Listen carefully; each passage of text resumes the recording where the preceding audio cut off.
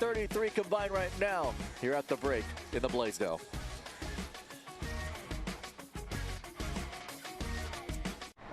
Taco Bell is so good and so cheap. I know, right? I wonder why. What if they know we're broke?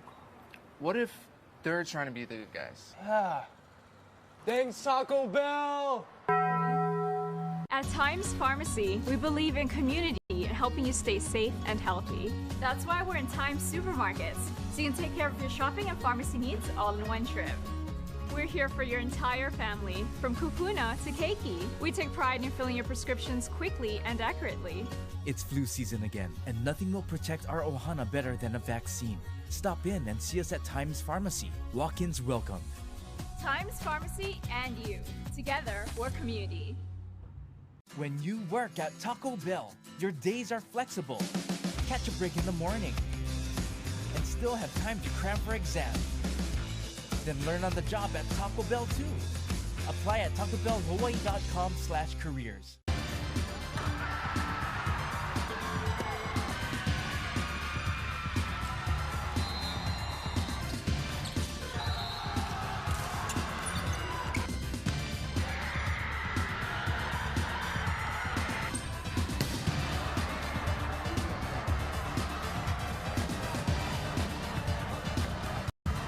Mike's Engraving and Trophies, the official provider for Spectrum OC16 and Spectrum XCast. Well, Seabury Hall, over the course of this season, has scored in a variety of ways. How do you think they've done in the interior? They've done a great job of it. They're 1 of 7 from three-point range, so they're not getting anything from out on the perimeter, so they're going to have to find a way to get easier buckets, and one way to do that is to throw it in for post opportunities, to crash the offensive glass, and try to work their way all the way to the paint when you're working from the perimeter. So that's one of the ways to score, and you see it. Scores have been hard to come by. To the drive-through and to the Jack-in-a-Box halftime stats, rebounds, as we mentioned, even turnovers in favor of Seabury Hall, 2 fewer. They had one of their better turnover games over the course of the tournament yesterday. They've stayed pretty steady with that. You expect the pace to quicken up a little bit here as we get ready for the third? If Kohala wants to go out and get this victory, they're going to have to pick up the pace. Their style is to increase the number of turnovers, pick up the steals. Not every time do they need to get the steal and get a layup, but it's going to increase that pace, hopefully speed up Seabury, and then it's going to give them more opportunities on the backside in an open floor. So we'll see how the chess match plays out here in the second half. It's the last game of the Division II season, and both squads trying to hoist the trophy. Well, a different kind of king will be crowned by the end of tonight.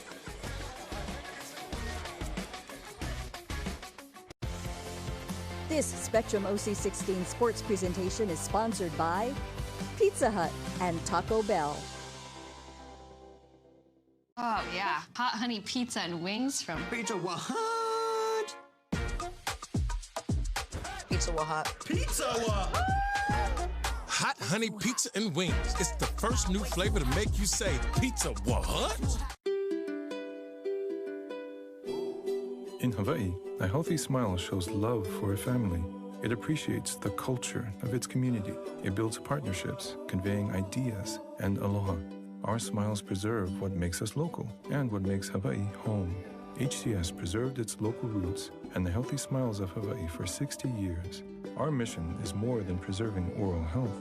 It's preserving happy and healthy lives. HCS. Live well. Smile more. Oh yeah, hot honey pizza and wings from Pizza Hut.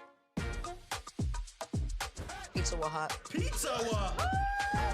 Hot honey pizza and wings. It's the first new flavor to make you say Pizza what? Friday, the Holy Cross Crusaders make the trip from Massachusetts for a showdown with the Bows. Rainbow Warrior Baseball, only on Spectrum Sports.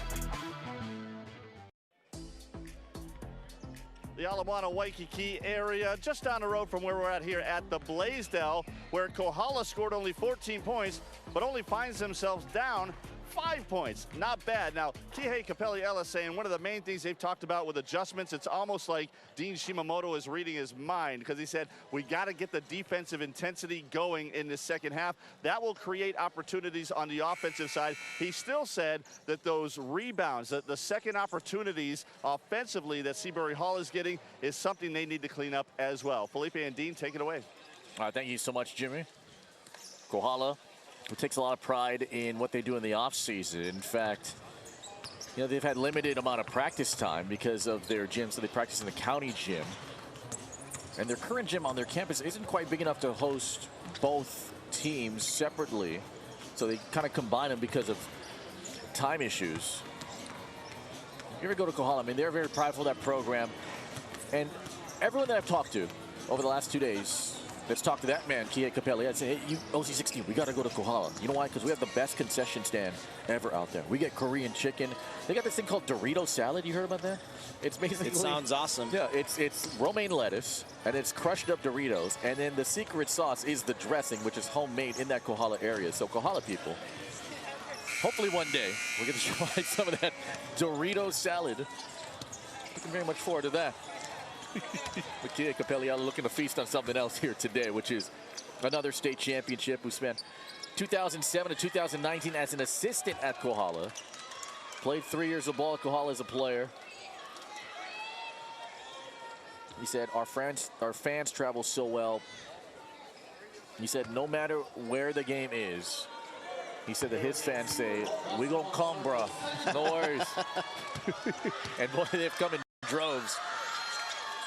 Well, right now, Seabury Hall has done a great job here in that first half, especially in the last 2 minutes to take a 5-point lead. It's the largest lead so far for either team in the game. Garcia with Dorn, along with Peterson in that mix with McEwen and Devane to begin here the third.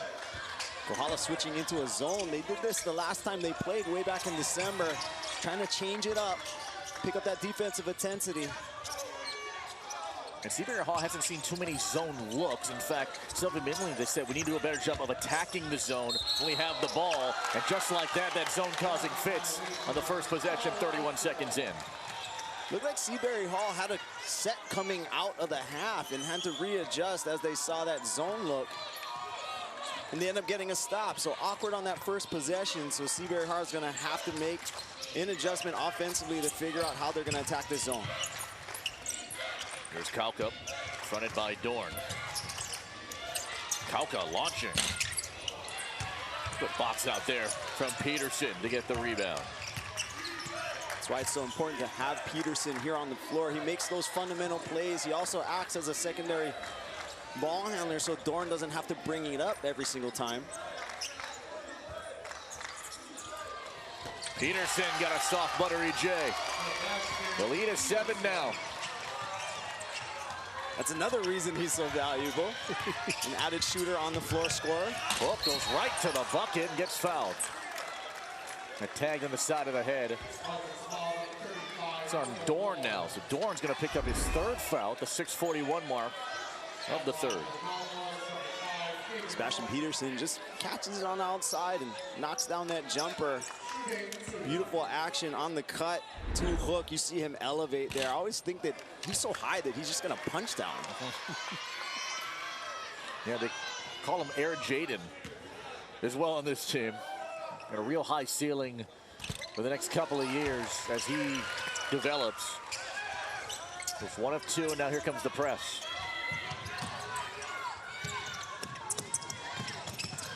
Try to get it across now, and just does so here for Dorn. Dorn, a deep three. A rebound here for Hezekiah Wilson. As he lofting. Kauka found a lane. Through contact. That's an area where Kohala can kind of compensate. Kohala was 18 of 25 at the line against Kaimuki yesterday. You look at how comfortable they look with this pace. Came out in that press after the made bucket. Decent look by Dorn. But you have to cash in when you go against that press. Even if you attack the rim, you have to find a way to get a bucket. Then they'll back it off maybe a little bit. And then they throw the long pass to get out to Kauka to earn his way to the free throw line. More than a third of the points yesterday came from the line, so trying to be more effective from the stripe. 4-point game here, pressure on one more time. Seabury Hall practices this in their gym, just kind of feeling that intensity, but they don't see too much during the regular season. Garcia, oh yeah, take that for pressure.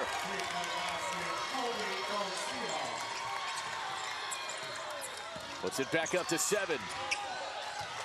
Seabury Hall doing a great job of just staying patient. A whip there. Dorn got a takeaway. Dorn running with Garcia. Here he is.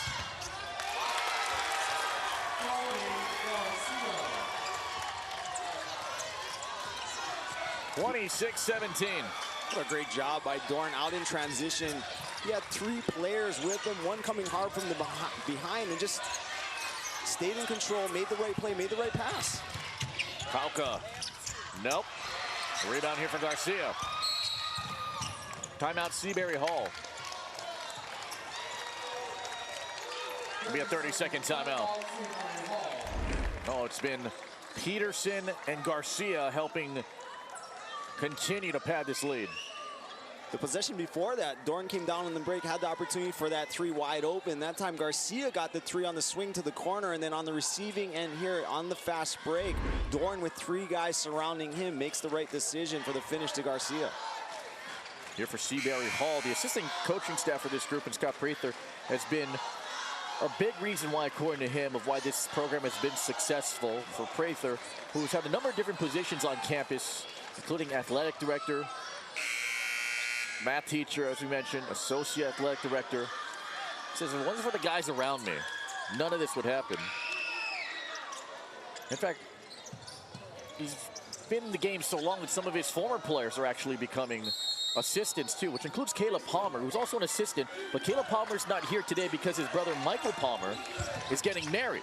So they wanted to send their best wishes out to the Palmer family. Sebastian Peterson off on the 3. Kohala fortunate there. They had a double back screen on that skip pass, and Peterson was wide open for another good look. Kauka attacks and the blocking foul. It's already, that's the 3rd foul in the quarter here for Seabury Hall. So we'll go against McEwen. I like Leighton Kauka getting all the way into the paint. If he can manage to slow down and stop, I think he has that height advantage to elevate even in that mid-range. Salvador LeBron. No good on the 3. Now 2 of 11 above the arc for the Cowboys. You see that block out by Seabury Hall. The ball bounced, and no Kohala player was within 5 feet. Point of emphasis before the game for Coach Scotty Prather. Rebound here for Hook. Kohala's been in situations where they trailed before, now trying to come up with a run. Kauka underneath. Finally gets one to drop. So Leighton Kauka, 2 of 8 from the floor, 7 points now. Peterson traveled. It's that pace that Kohala wants, that opportunity to attack. We see nearly getting stripped, but staying patient. Calm down, gets that reverse to go.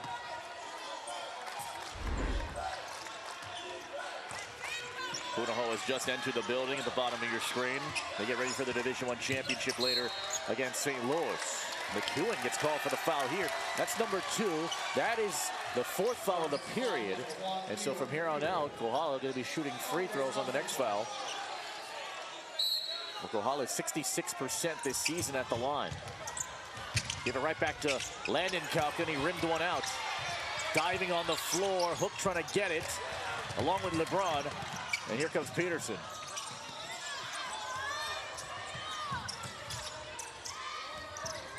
McEwen to Garcia. Garcia got a good mid-range game added to his portfolio. And Seabury Hall will take time here. Keep possession. 3:43 to go in the 3rd. MIL on top of the Biff. My French toast sticks are back, starting at $2.50. Now with a sweet new twist, cinnamon sugar churro. Dunk, bite, and savor them any time of day or all day. It's totally up to you. Only for a limited time. Welcome to Jack in the Box. Aloha. You may have seen our commercials throughout the pandemic thanking our hardworking members.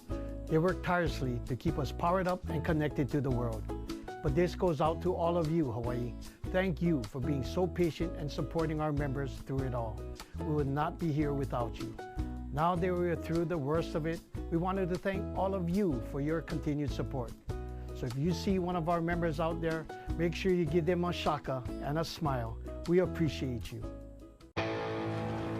It was all calm. And then...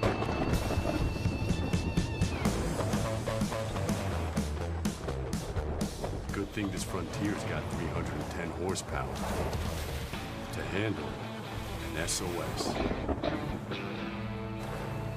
Drive the Nissan Frontier. Now get 5.9% APR financing for 84 months or get a low $399 per month lease on Frontier. My Double Bonus Jack combo gives you double the seasoned beef and double the cheese. Let's see that again.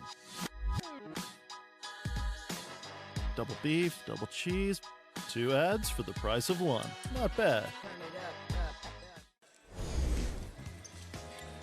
Game 2 of our doubleheader for the Division I Championship. The third meeting in the finals between the Buff and Blue and St. Louis. St. Louis has not lost in the HHSAA tournament when they meet against Punahou. St. Louis can become the first team since Iolani to win 3 straight state titles.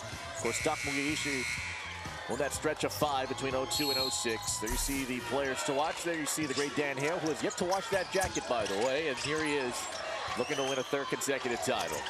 Oh, Dorn hit him again. Got 11 now and 2 or 3 above the arc. And a double-digit lead for the Spartans. That's a frequently used out-of-bounds play under the basket. You get it in, and then you screen for the guy that passes it in. Kauka can't get it.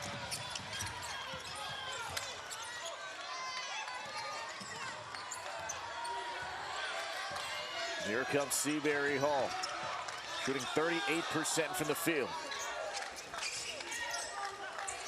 Garcia to McEwen. Dorn has 11, 4 of 11 shooting from the floor. Shot clock at 10. Garcia from the corner. Hit the corner of the backboard. And shot clock did not reset because it didn't hit the rim. And that's a shot clock violation. That's one of the challenges here in this gym. Remember, here in the Blaze, I mean, they haven't hosted collegiate basketball in a while. Not since HPU did it several years ago. So the shot clocks are located on the floor. You see one on the top of your screen. And the only game clock is right there, straight above center court. That's the only indicator for anybody in this building of what the game time is. And so for these teams, Kohala playing with 3 different gyms at 3 different days, essentially, right? It's a matter of getting used to. Hook inside, slices one in. Yeah, to that point, your eyes usually track to certain areas in the gym, trying to check what the score is, and it's tough. Takes your 3rd or 4th look to figure out that the shot clock is down on the bottom. Dorn whipped it inside, off a deflection. It's taken away by Landon Kaupka. Now here's his brother Layden, the sophomore stud, kicks. Salvador LeBron. The recovery defensively there from Stolley. Shut off that baseline. Kauka knocks in a 3. That's 5 straight here for the Cowboys. And they're within 5. Oh, the pass was wide. Turnover. Kohala always gets going defensively, so they got that deflection early, and Kobe Garcia going under that screen. You cannot go under on Layden Kauka. He has range for days.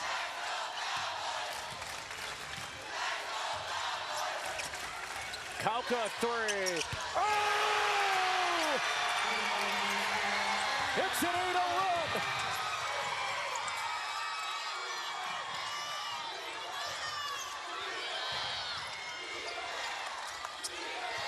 Dorn.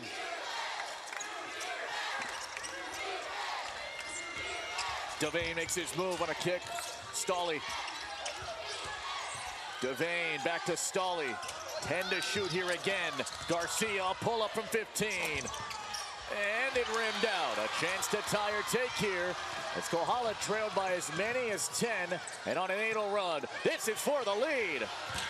Wanda-san can't hit. Solstrand the rebound. This is the pace that both teams can thrive in. Dorn, pull up.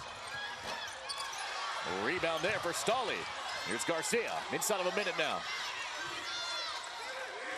Garcia won't take that. Stolly will. Rebound for Salvador LeBron. Well, this woke everyone up. Yeah, you see how for Kohala, when their defense starts to go, you hear the crowd start to go. They know, and they know this type of basketball, and that's Kohala basketball. When the deflections are coming, they're pushing the floor. Kauka. Rebound Solstrand. They can hold for the final if they want to. The shot clock is off. They're pushing. Solstrand. Solstrand finally got a Stolly. Here's Dorn. Coach Prather says push it back. He keeps looking up at the clock to see how much time. We're down to 9 here in the third. A 2-point game here in the Division II Championship. Dorn wants it. Collins, 3 to shoot. Dorn from deep. Oh, yeah!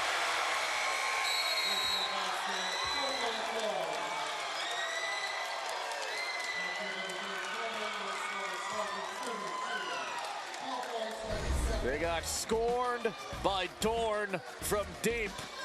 He hits his 3rd triple of the night. He ends the 8-0 Cowboy run. Off we go to the 4th, and number 3, Seabury Hall, up 5. This Spectrum OC16 sports presentation is sponsored by your Hawaii Honda dealers. I got me a paradise. It's your paradise too. There's this beach. It's kind of a secret. I said secret. Perfect getaways call for the perfect island ride. Honda SUVs. Roomy, reliable, rugged. To make getting to your getaway half the fun. Now get into a CRV for just $299 a month. Or any CRV with low 2.9% APR. See a Hawaii Honda dealer today. Tell them Henry sent you.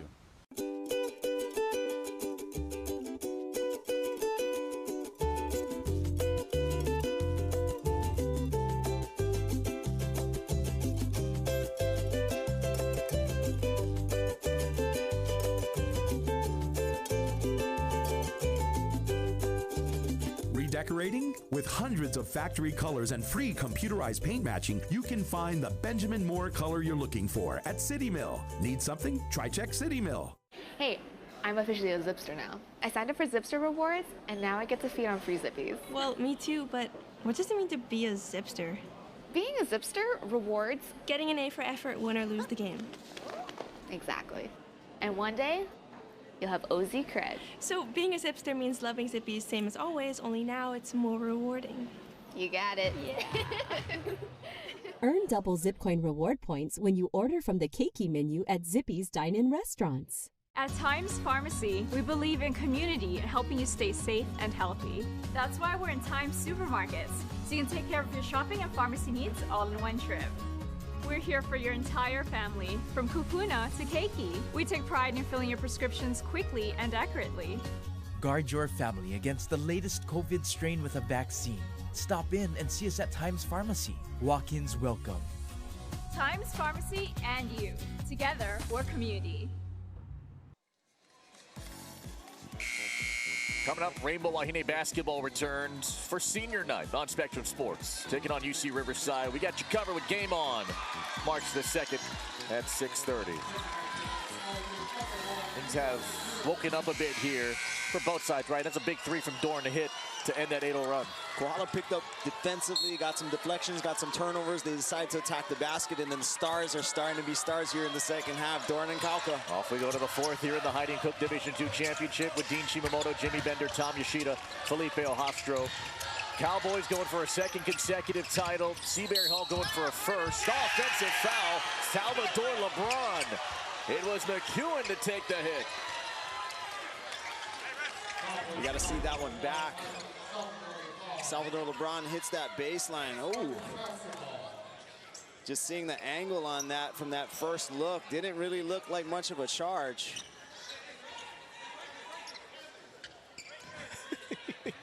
I'm looking at Tom Yoshida here. Tom's like, nah, maybe not. I don't know. I think it was in movement. They pick it up in the press. 5-point game here. Both these teams physically and emotionally exhausted after yesterday's semifinal games. The energy picked up early morning. Each of them getting a good practice and shoot around. And Garcia drives inside. And Salvador LeBron is slow to get up.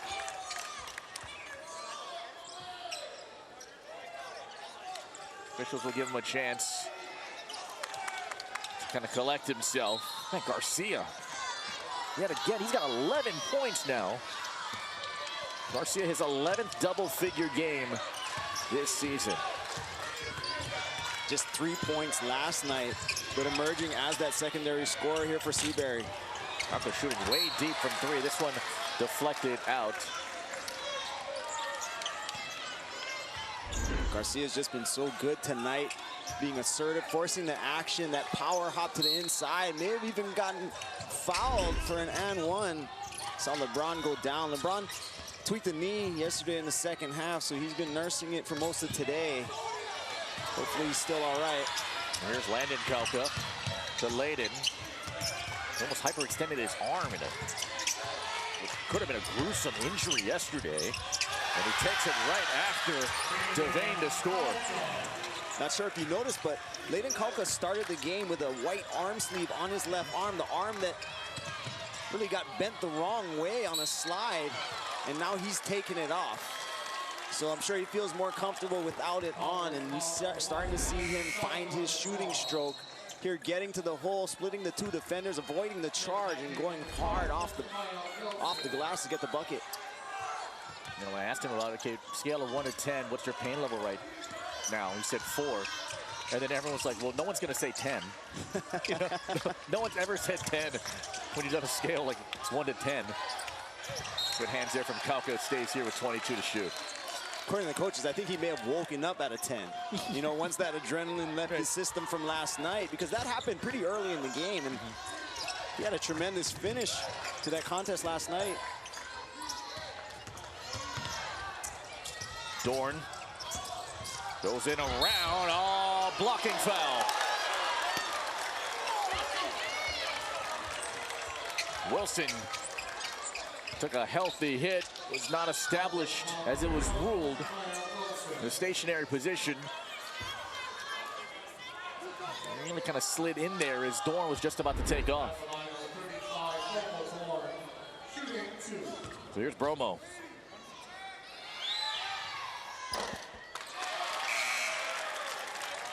Kid who grew up in Pukalani, physically and emotionally more polished and emerged as a leader last year. Of course, he's been a tough matchup for so many in the States.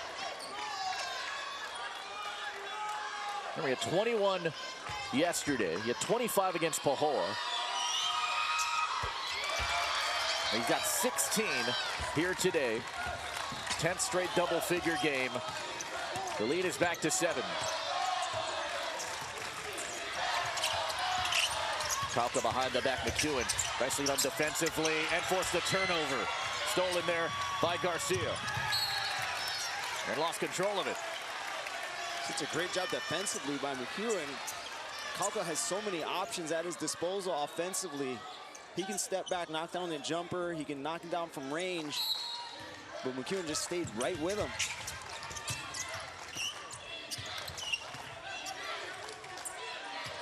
Inside of 6 minutes here in the fourth.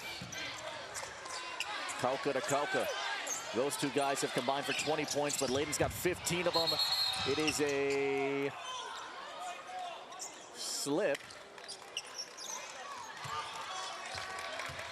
Are they going to implement the slip rule? I guess so. Yeah, remember, if you're just joining us 2 weeks ago, they implemented a slip rule where, because the floor conditions were so bad, and now Scott Praver is asking for clarification. A 30-second timeout's called. Remember, 2 weeks ago, they implemented a slip rule where if the floor was slippery and an offensive player slips on the floor and is not contacted by the defense, then they maintain possession of the ball. So it's a slip there. Now, this occurs, though, after both coaches have been notified of it. 2 weeks ago, Jimmy and I heard the officials talk to both Hanalani and Marinol about the rule. Well, what Coach Scotty Prather likely saying is Sebastian Peterson slipped and went out of bounds and nearly got injured on that first play, but they weren't able to retain possession. So looking for a little bit of equality going back and forth. Sure. He's got a strong case as well. 36-29. Kohala shooting 29% from the floor. They're 4 of 15 above the arc. They were 4 of 19 yesterday. Hook spins the other way and gets the foul and the basket.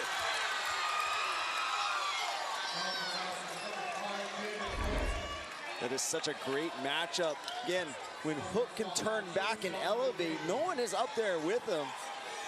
Devane did a nice job of trying to go straight up, but that body contact, not enough to disrupt the shot, but enough to get the foul.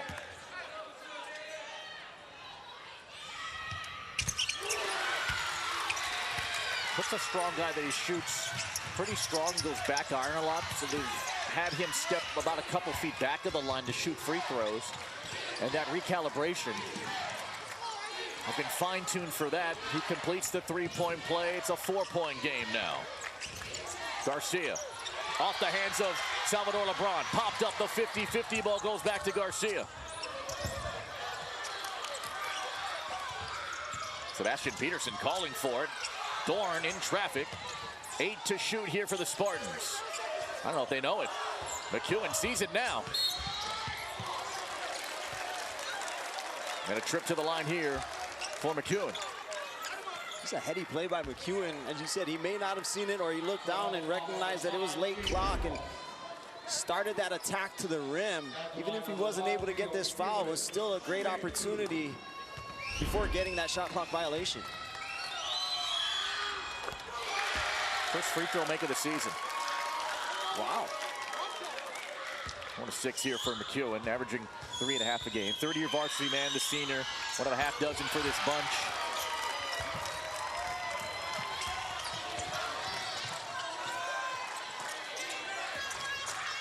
Inside of 5 minutes now.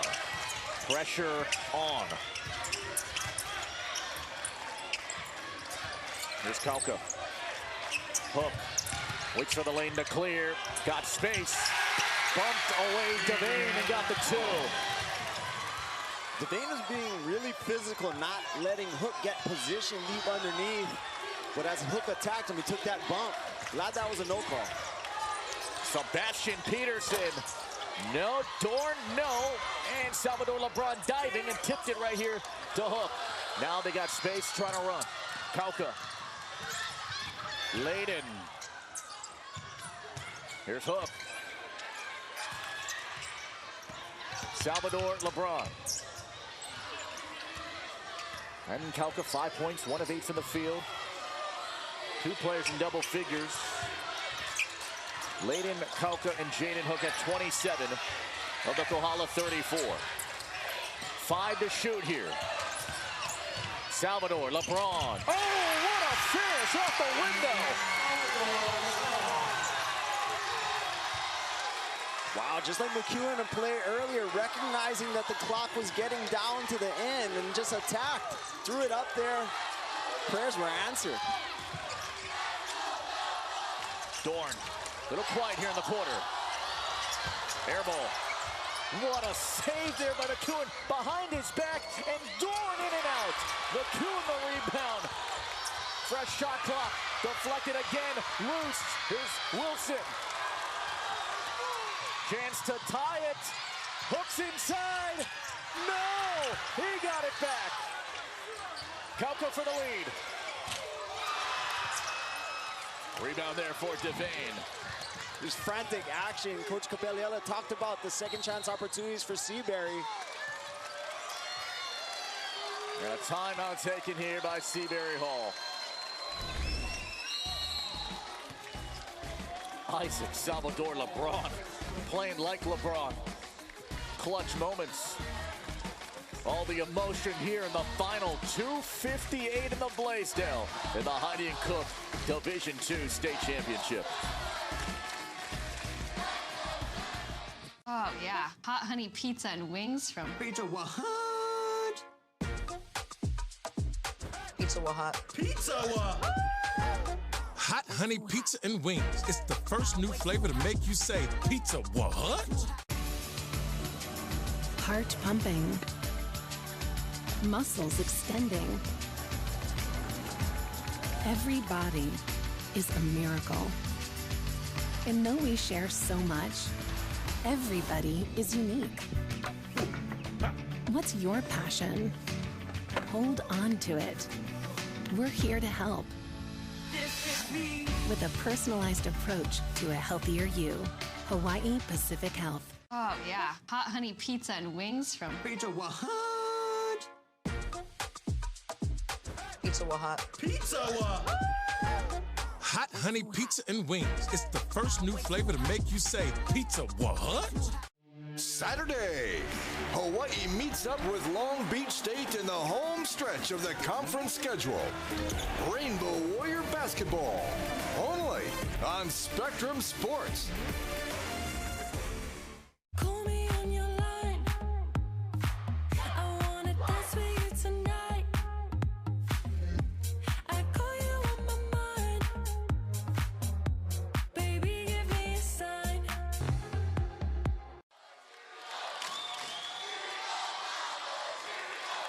Just drink it in, everyone. Listen to this.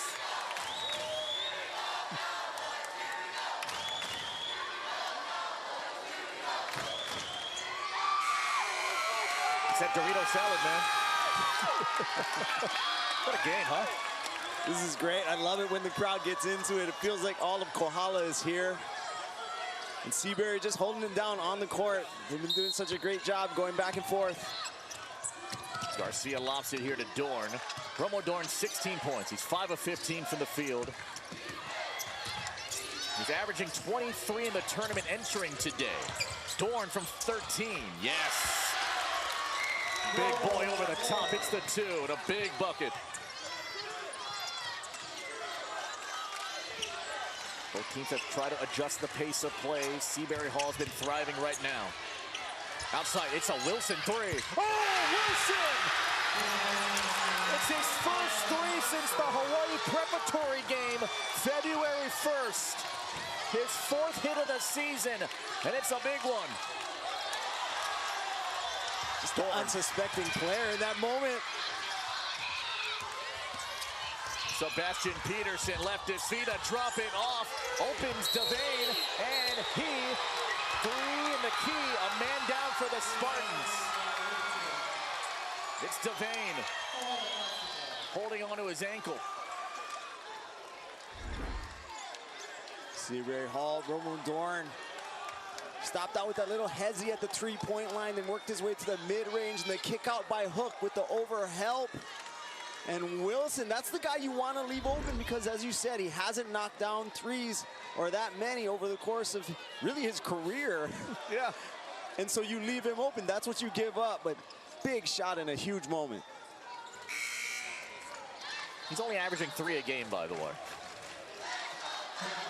Devane to the bench. He's going to attend to that ankle. Sjostran in for him. Kohala hasn't led since the 4:48 mark of the first period. Chance to do it here. 2 minutes to go in the Division II championship. Salvador LeBron. And the thing is, the 2 previous championship wins, very similar to what this game has happened right now. Facing adversity, down big leads here for Kohala. Kauka diving, corner, 3 for the lead. LeBron in and out. Wilson the big offensive rebound. In there and a timeout taken by Kohala. What great awareness by Coach Capelliella. Huge timeout in that moment. Usually when people are in the paint, you don't call that timeout, but Wilson, he knows his players. Nearly a charge on the kick out to Salvador LeBron, just in and out. 3 rims, but Wilson, the rebounder, great call on the timeout. Just teamwork all the way around from the players to the coaches. Kihei Capelliella got a great group of assistant coaches, including Reeve Casamaru and company, and They've won 2 state championships before in this division, and they're going for a 3rd. St. Francis is the only other team that won 3. Of course, St. Francis no longer in existence right now, but they had a great run with their head coach Saul Batoon to win their first championship. Kohala wins, by the way. Kieka Peliala will be the first head coach to win 3 championships in this division. Meantime here for Scott Prather. Now, he said he learned a whole lot from that 2016 final appearance, because remember, that was the year Cameron Hanish hit a 3 at the buzzer to beat Cameron Ing at the time and the St. Francis Saints. And we said we got too emotionally high because we were buzzing after that win. We didn't focus for that championship round, and University Laboratory blew him out of the water, and the great head coach Walt Kitan led him there. Did they learn from nearly a decade ago on how to handle a moment like this? Up 1, Kohala with 1:37 remaining. Kauka, corner, 3 for the lead. Good rebound there for Garcia. 90 seconds here to go. Wow, that was a wide open look for Kauka coming around on that out of bounds play. When we talk about championship experience, and Kohala has it. Dorn had it poked from behind. Oh, gonna go the other way. There will be a discussion. It'll be overturned here. Let's look at the replay here as we bring in Tom Ishida.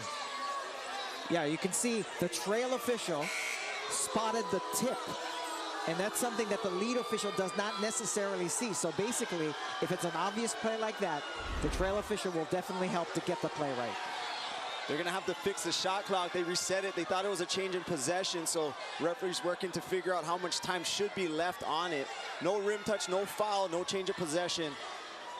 So there should be less than 35 on there at this point.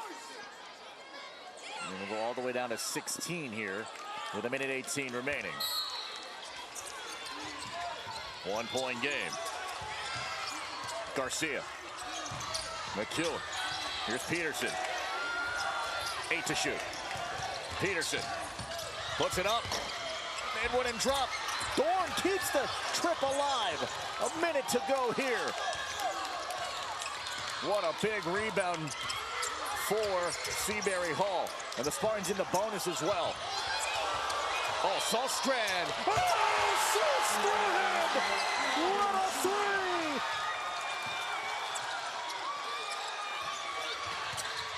Kauka behind the back, he gets fouled. Keahi, who put on about 15 pounds of muscle in the offseason, hits a big bucket. That was a second chance opportunity. Inside Wilson missed it, got an offensive rebound and a foul here. 37 seconds left. This one will go against Solstrand.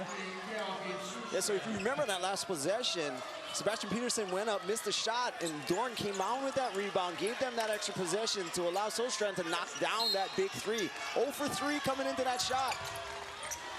Kauka, 2-second differential. They got to get buckets. They got to hurry as well. Kohala fans trying to will him. Kauka needs it, gets it. 1 possession game. 20 to go. Do they foul? And when do they foul? Time taken away. Peterson chased by LeBron. They finally get him with 17 and a half remaining. And it will put Peterson at the line, who today is 1 for 1. Peterson has made 9 consecutive free throws. He hasn't missed since December 22nd.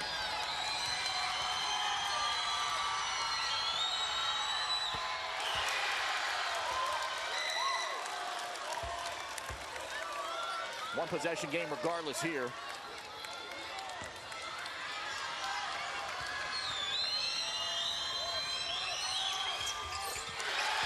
That kid's got ice water in his veins. 2 timeouts. 15 seconds left. Timeout. Kohala.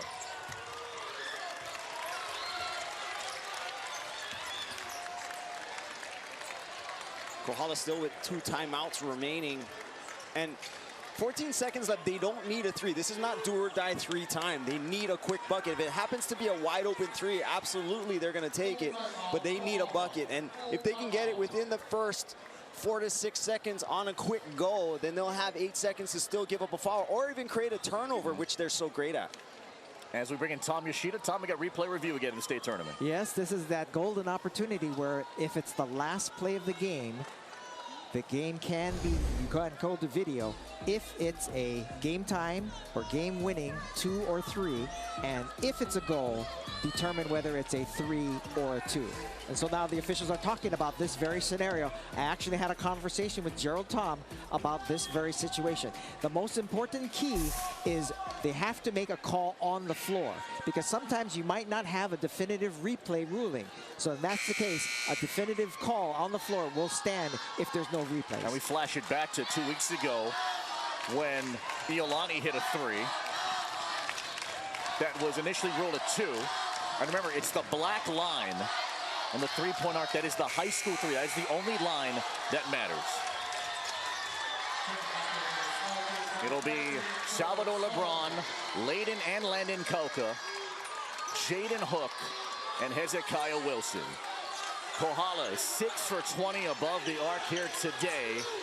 They can go for a quick 2 if they want, but 3 will tie it and keep their dynasty hopes alive. Kauka to tie it, got fouled shooting the 3. Still a ton of options here. This will go against Sostran, his 4th. This is that sideline where we saw a couple people slipping. I saw McEwen go down just a bit, but Sostran caught him on that elbow.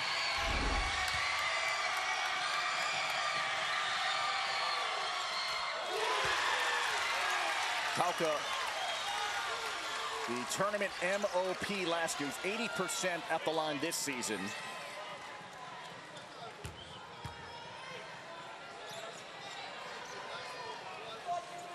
Two of these significantly matter. 3 obviously matters the most.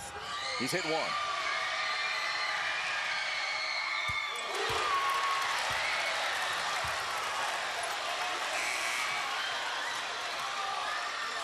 You know, make or miss here, they still have time to either go for a steal or get a foul and put Kohala on the, and put Seabury on the line and with the potential to get it back.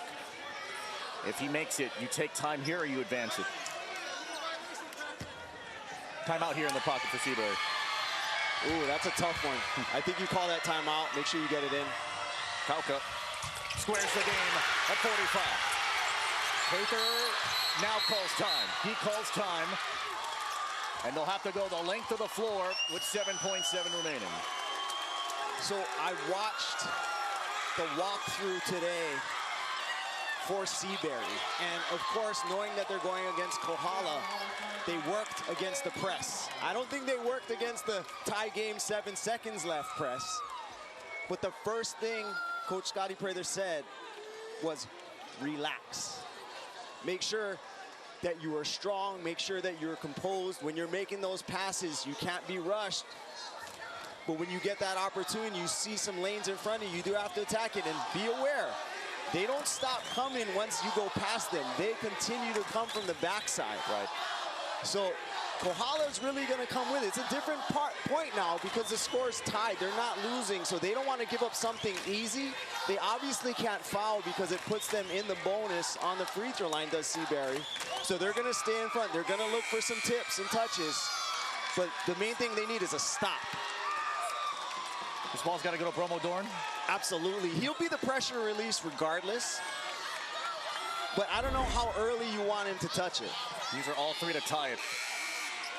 That one was pure. This one was pure. This one's significant. Tied at 45.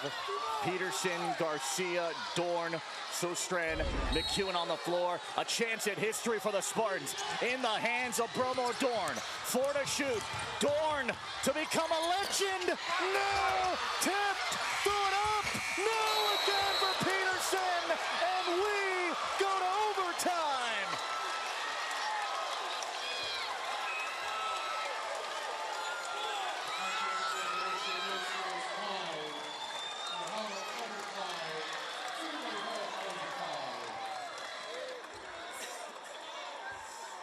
Two great looks. Dorn rims this one off. Peterson got the great tip and the fling. That close as well from history. We got quarter number 5, overtime, when you come back. My French toast sticks are back, starting at $2.50. Now with a sweet new twist: cinnamon sugar churro. Dunk, bite, and savor them any time of day or all day. It's totally up to you. Only for a limited time. Welcome to Jack in the Box. Let's do this. I should have changed first. Oh, come on. Ugh. Nice. Ow, ow, ow, ow, ow, ow. I think I pulled something. I thought this was supposed to be low impact. Sometimes starting a new sport can be a real pain, but luckily, My Longs has everything I need. Make Longs a part of your day. It was all calm. And then...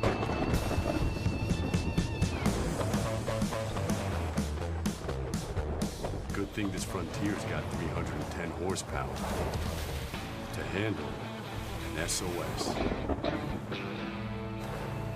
Drive the Nissan Frontier.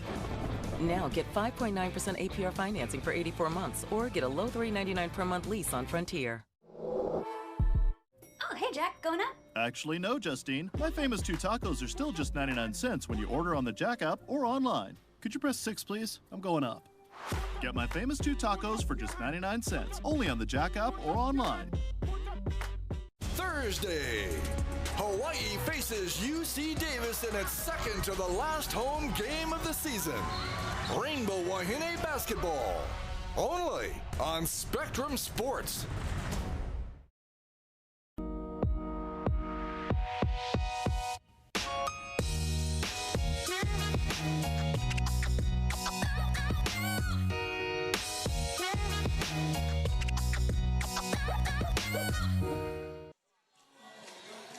The second overtime game in Division II championship history. The last time it happened, it was Farrington, the great Alan Silva, knocking off IAEA.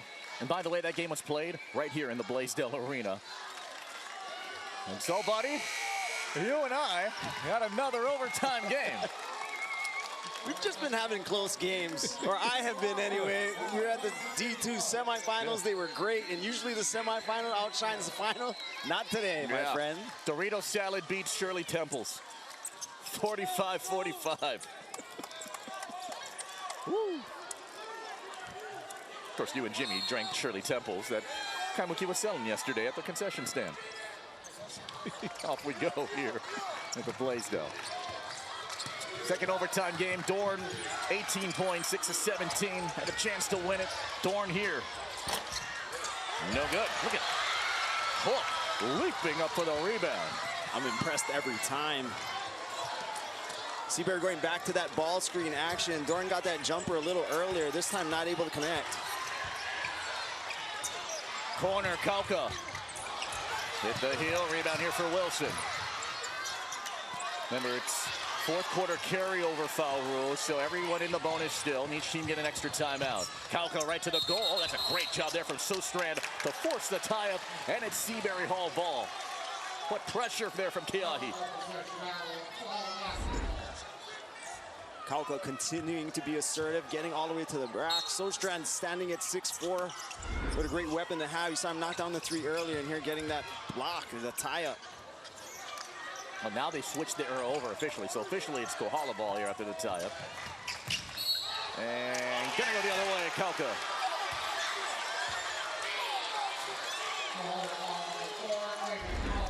See how much space did he clear with that forearm. Oh, I really don't know again.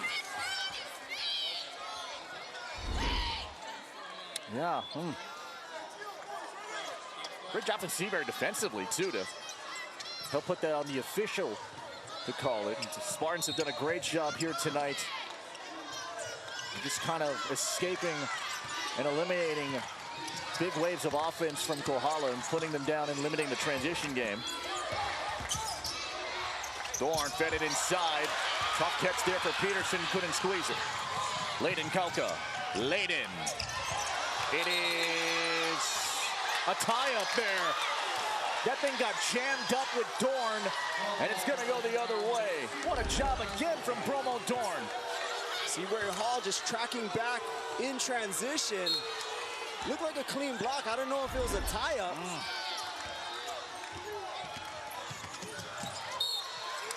Running the other way.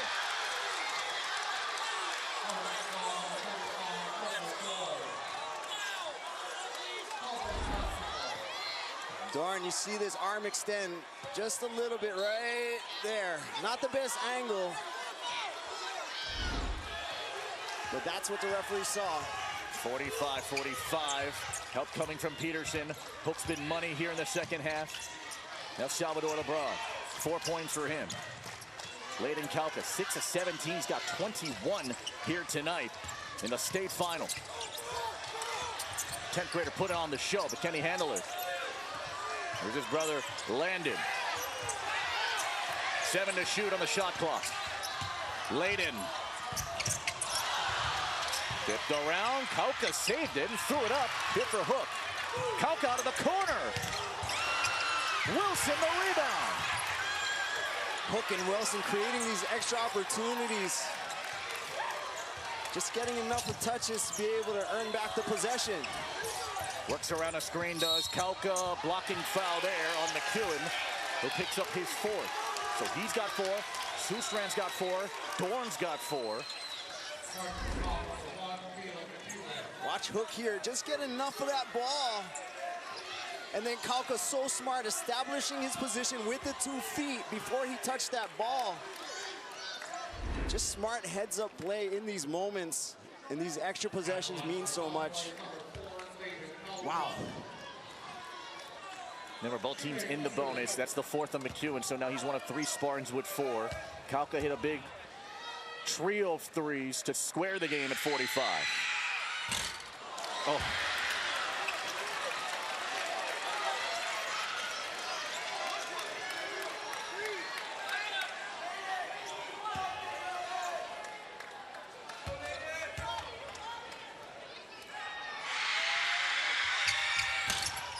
No. And now Kohala has the lead.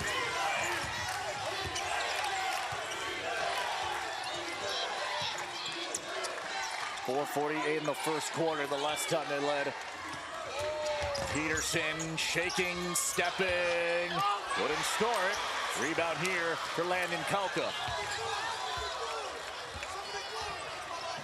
Sebastian Peterson is a great option. He got all the way to the rim, nice up and under, nearly got to goal. Oh, 10-second violation on Kauka.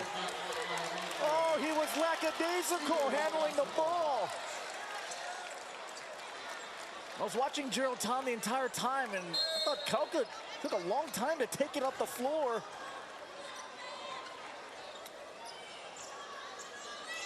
Never we saw a 5-second violation like that called in the girls' championship games.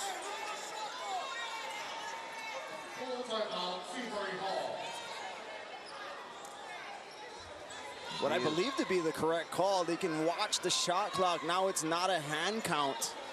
So really difficult to dispute. But, you know, Layden Kauka on that free throw, the first one that he missed, he looked tired. He was winded. That was a long possession. He took those shots flying around. And then I think he needed a rest walking it up. That's why it took him so long.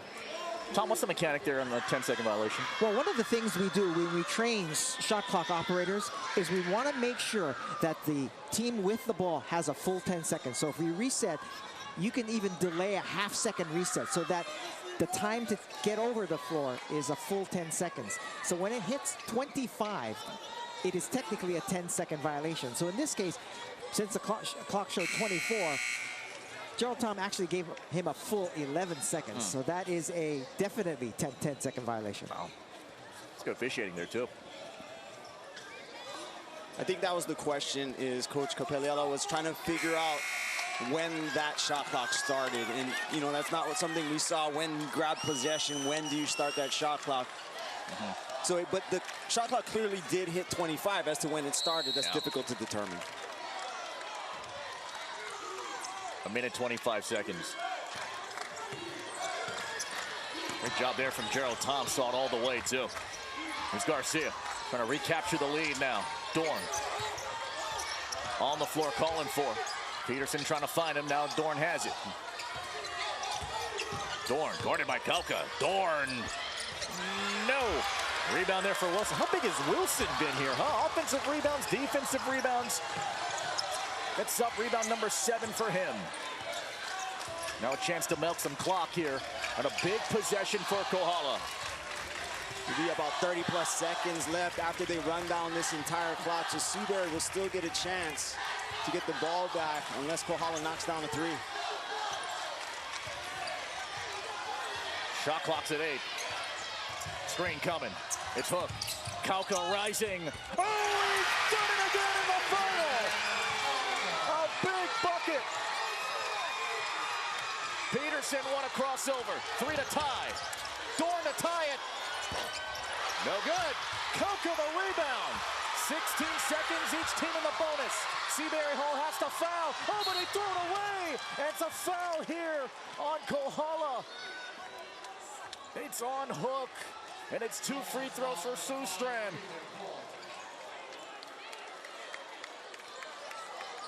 Look at the calmness on his face, knowing exactly what he wants to go to here.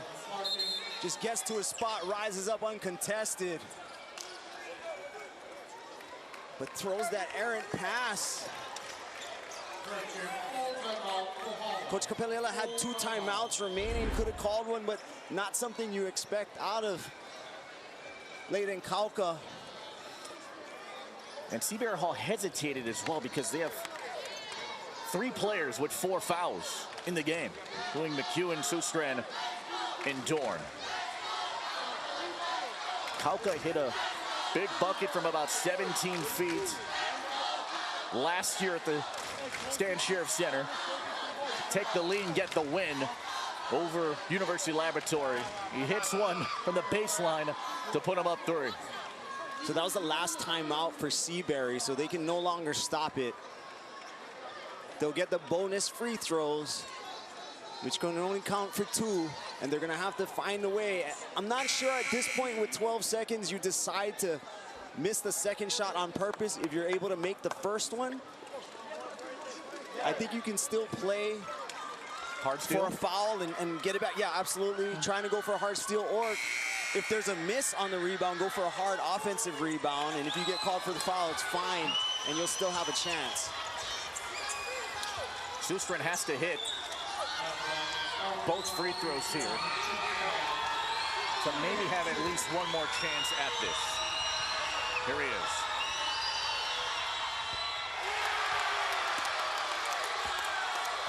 Now this is a gotta have it free throw to have any glimmer of hope. Looks like they're playing to make this, not miss it. You don't see anything set up to rebound it.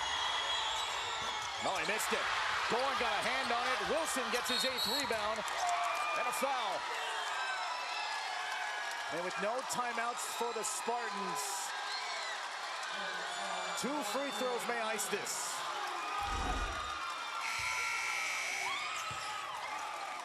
Watch Jaden Hook on the left side of the screen block out Dorn. If he doesn't block him out, he may go over the top and grab that possession. Hezekiah Wilson going to take the biggest free throws of his life here. With his team up 2. He is 74% this season. He's been big on the glass, but this is his first trip to the line tonight as McEwen is fouled out.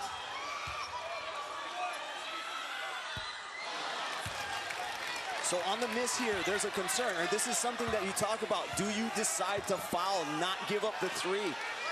And that's a definite thought here because of the space that Dorn can create and where he can hit it from. Oh, it is up, but it is Hook to bring it back down. Jaden is off the hook here in the final. What a performance. I challenge anyone to have a vertical jumping competition with him. Look, he's just hanging up there. Look how high he is.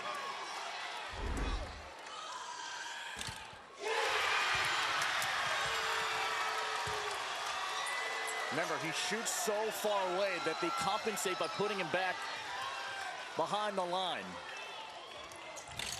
Short rebound. Now they got to hurry. 4-point game. Peterson got to hurry up and throw it up. No good. Dorn gets it back. This game is over. Kohala in overtime has won their second straight state title.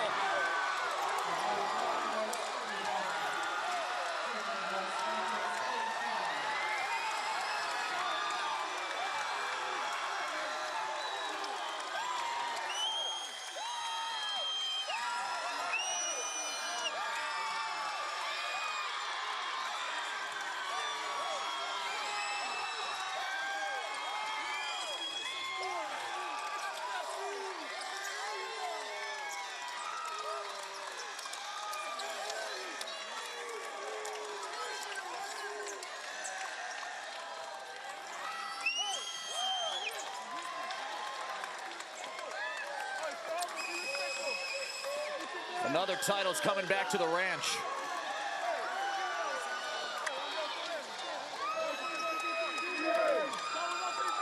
Well, this was a heck of a rodeo here to end the Division II tournament.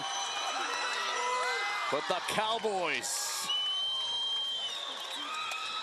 right off into the sunset, state champions for the third time in 4 years.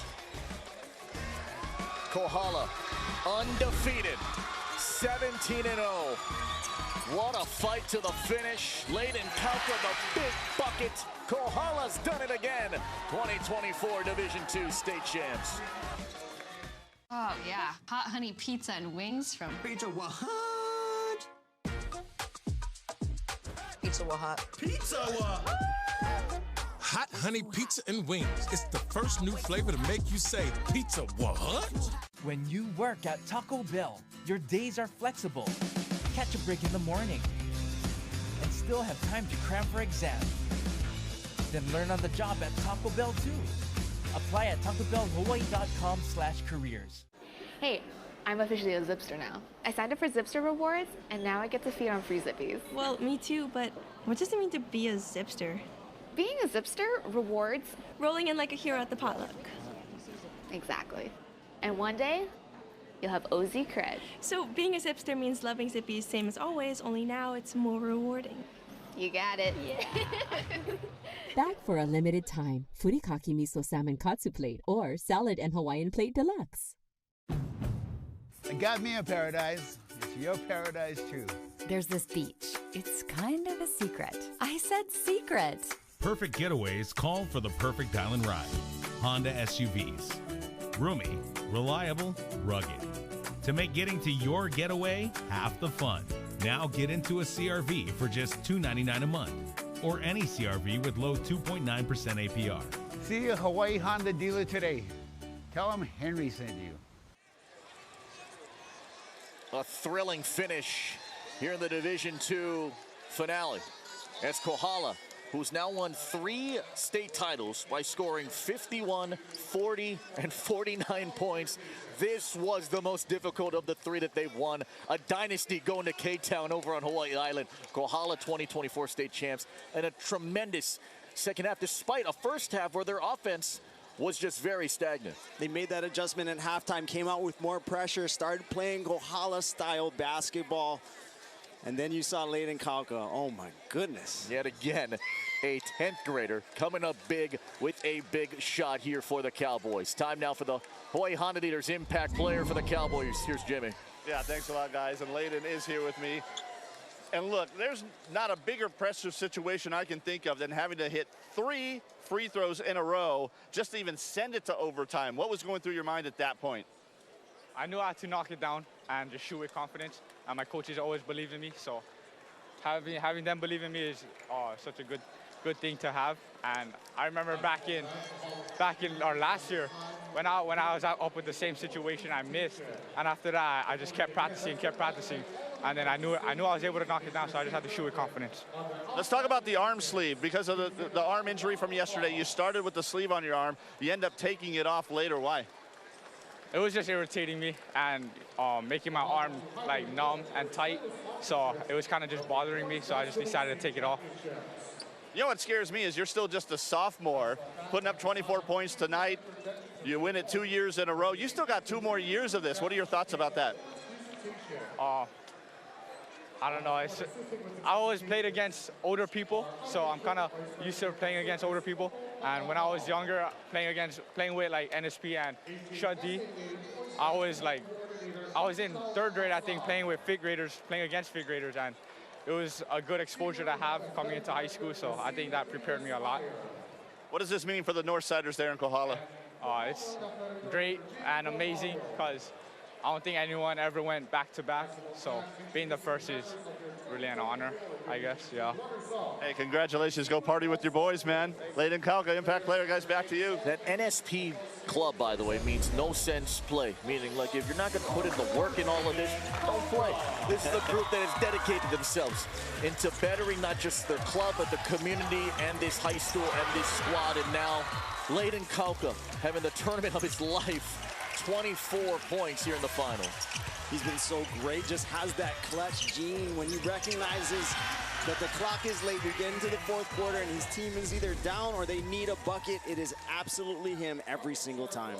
And again, this is a squad with just 1 senior on the team, and that's Layden Kauka here for the Cowboys. And the sophomore class this year spoken very highly of moving forward to continue that championship level of success. Take it to the other side now here for Seabury Hall. Squad that got here for the finals for the first time since 2016. 6 seniors will graduate. The future still looks bright for a team that was just this close from making history for Upcountry Maui. They had such a great season, great run, overtime game in the Division II final, and Bromo Dorn was just special. And they got a lot of great contributions from a lot of players on those team, including Sebastian Peterson, who came back from injury in the 1st quarter. And heart goes out to that team. Here's the Hawaii Honda Leaders impact player for the Spartans on a night where they'll end up just a little shy of the title, but Bromo Dorn again putting on a show. He had 25 against Pohala, 21 against University. He had 18 tonight here against Kohala. A lot of players don't know much about him, being that he's from Seabury, out in Maui, didn't play in the MIL Division I season, but he has the skills to be as good as anyone in the state.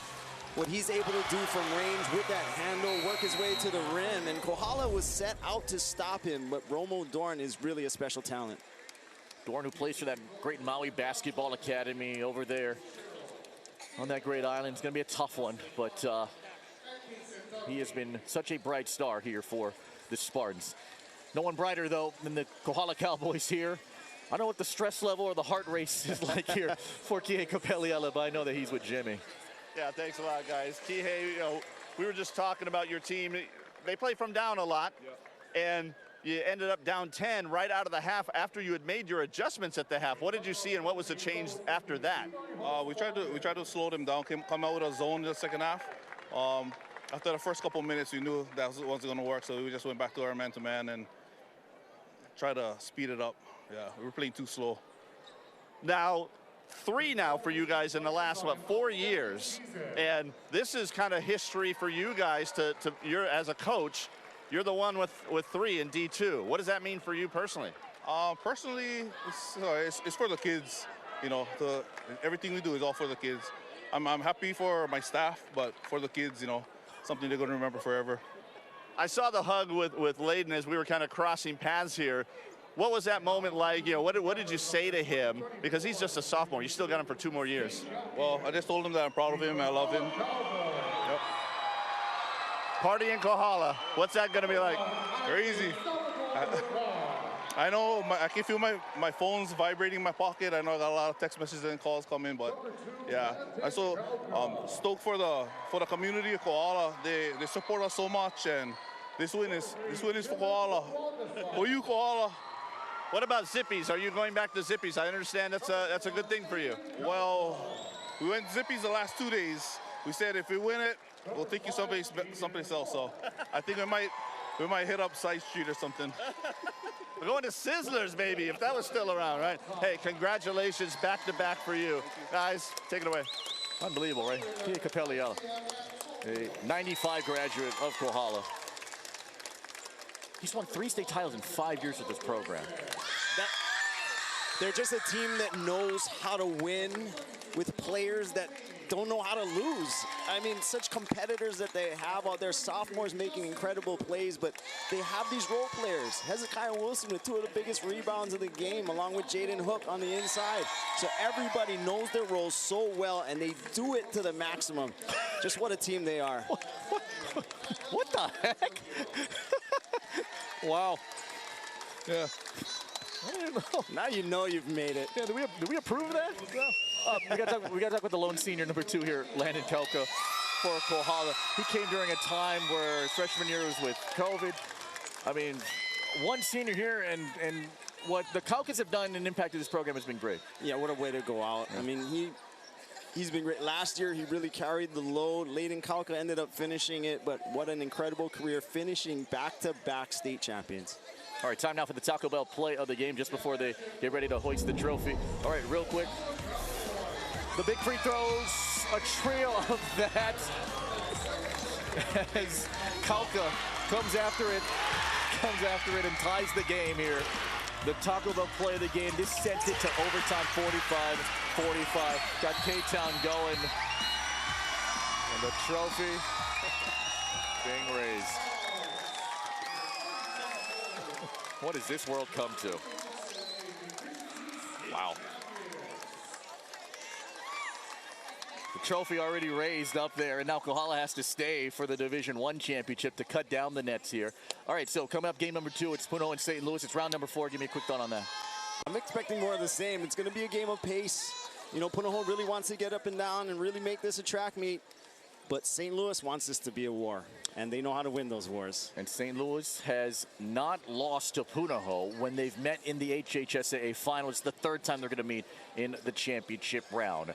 Tonight, there'll be the biggest party on Hawaii Island can be found in the town of Kohala, as Kohala wins the Division II state championship for the 3rd time in 4 years in dramatic fashion. They win it in overtime and cap off a perfect 17-0 undefeated season. And we got one more to go. Dean Shimamoto, Jimmy Bender, Tom Yoshida, our entire crew. Felipe Ojastro, the Cowboys, 2024 Division II state champions.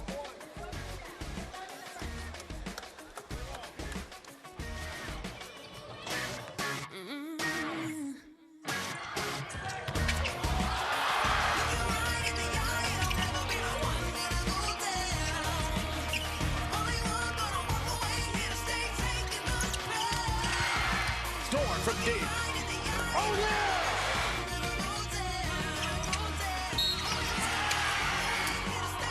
It's hooked. Kauka rising. Oh, he's done it again in the final!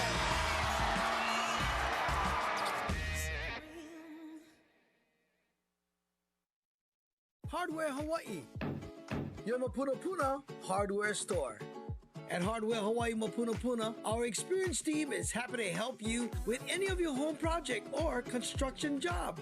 Meet our contractor, sales specialist Jerry. I've been in the business for over 20 plus years. Our team is here, ready and willing to help you find what you need. So come on down. We're here, ready to help. Hardware Hawaii. Customer first in Mapunapuna. Hey, I'm officially a Zipster now. I signed up for Zipster rewards, and now I get to feed on free Zippies. Well, me too, but what does it mean to be a Zipster? Being a Zipster rewards rolling in like a hero at the potluck. Exactly. And one day, you'll have OZ cred. So being a Zipster means loving Zippies same as always, only now it's more rewarding. You got it. Yeah. Back for a limited time. Furikake Miso Salmon Katsu Plate or Salad and Hawaiian Plate Deluxe. Happy crafting! You're watching Spectrum OC16.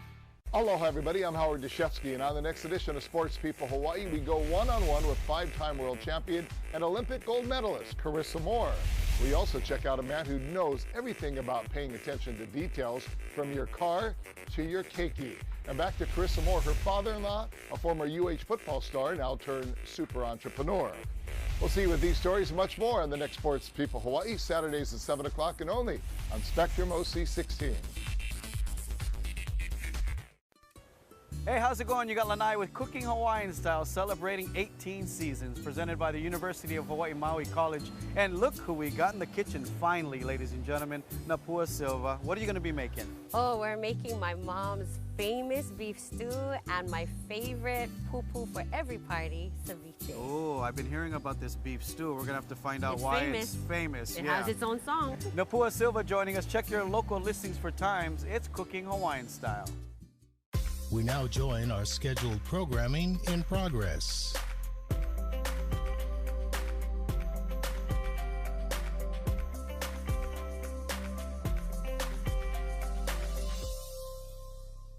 So when we jumped in the water was how lively the coral was and how much life was on this reef. All the different colors, all the different shapes, textures, sizes. Really impressive, even coming from Hawaii, you know. It's a great scenery. As you can see, we were joined by the cast of Finding Nemo. We had to, return Marlin to the wild. And all of this structure that looks like it's normal structure in Hawaii is actually soft coral. And if you try to grab onto it, go right through it.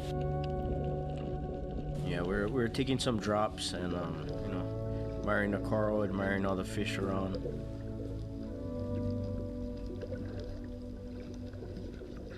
David shot this uku and brought about more action.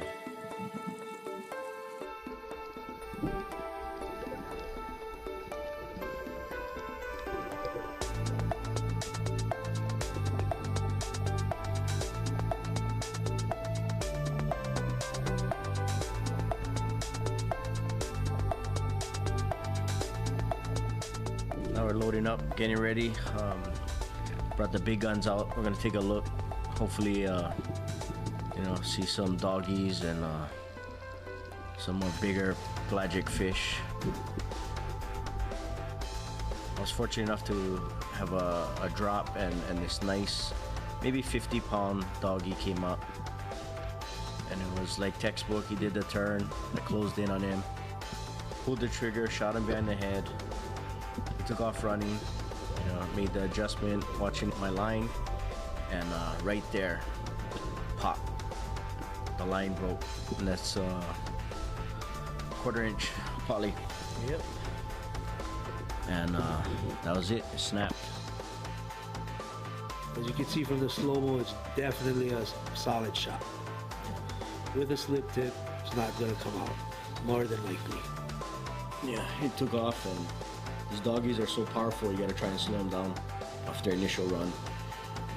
They'll wreck your gear or rip themselves in half trying to get away. But yeah, there's that 1/4 inch poly that snapped. Very sickening. Lost the poly. Woo.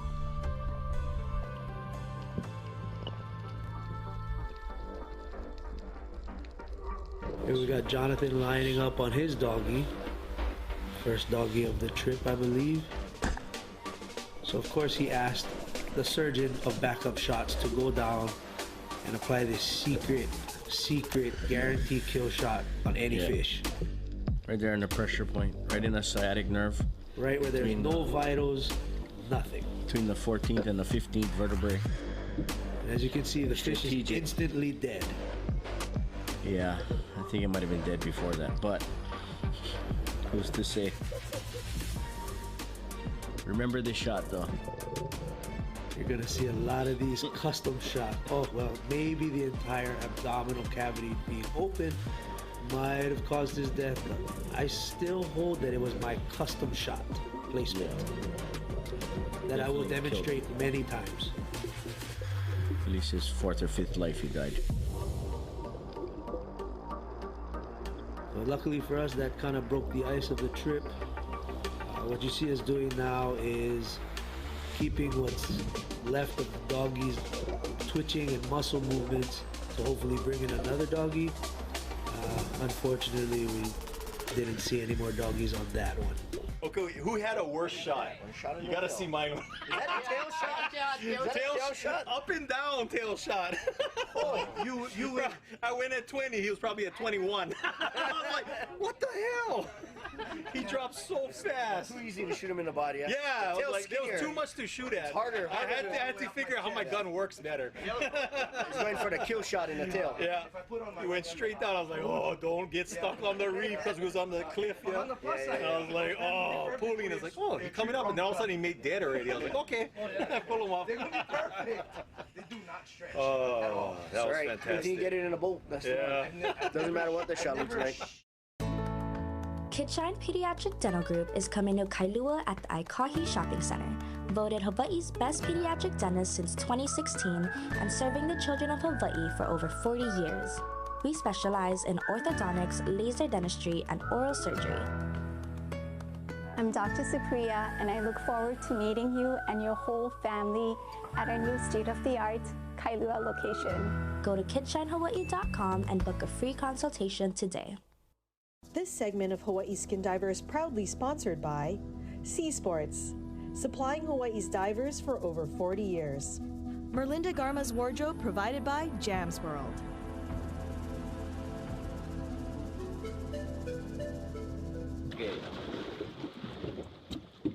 You want to jump now? No, I got no fins on yet. Give him the floater. Okay. The blue line.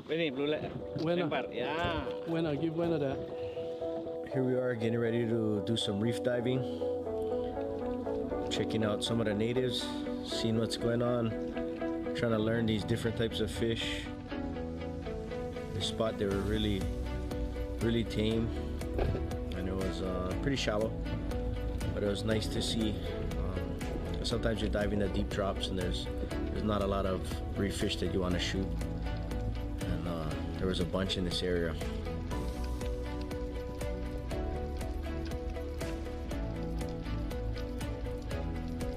I believe that's the sweet lips, correct? Yep, that's one of the few different species of sweet lips that they have. Yeah, the lips are massive. We were fortunate, we stumbled upon this spot. We weren't even sure what we were gonna find, where we were gonna dive at this moment, and we jumped in, and lo and behold, there was a bunch of reef fish swimming around, and we decided to shoot some. Kyle said we needed some reef fish to give to the village, so we're trying to get some fish for them.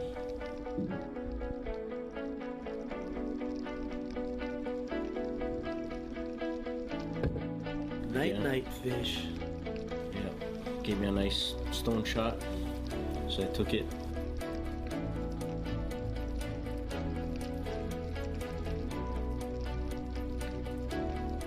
Here we got Owen Sr. As you can see, he carries extra rubbers on his belt just in case the rubbers snap, break, or become untied for some unknown reason. I've heard of it happening to the Adams family over the last 25 years. It may or may not be an Adams diving curse, but we still don't know why it happens. Yeah. Good thing you guys tied them. Yes, absolutely. It would happen so much more often if someone else tied my rubbers. Yeah.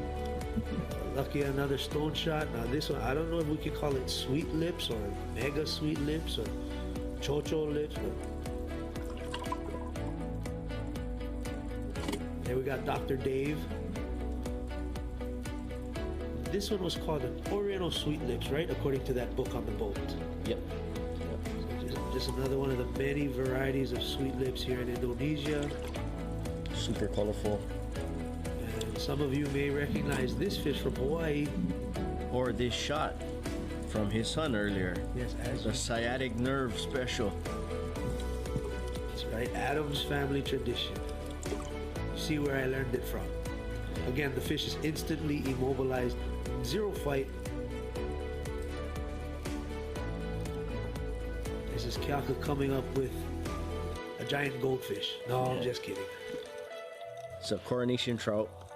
Yeah, this spot was loaded. There's all types of fish, so it was a lot of fun. I love diving reef and experience a different fish. Sometimes they're harder to shoot, so you want to try out and catch different species. So right here, you don't need to adjust your TV screens. This is a different camera that offers 360 views, being debuted here on this trip so that we make sure we get all the angles for you dive fans out there.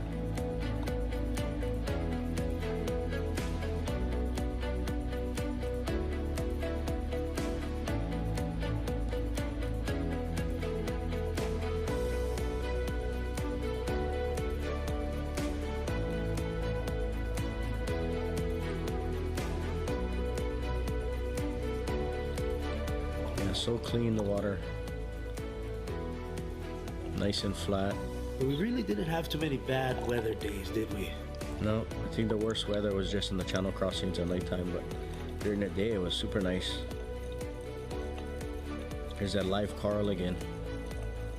Very soft, living coral. Yeah. Right here we got the fish whisper calling something in. And setting up for the next drop.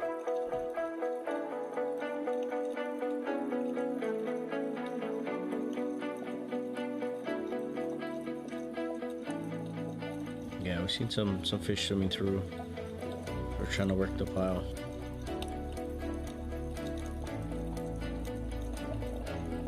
This is a small bumphead parrot. Like you said, we were gathering fish for the village, so we're just shooting all different species to offer them and pay our respects to them.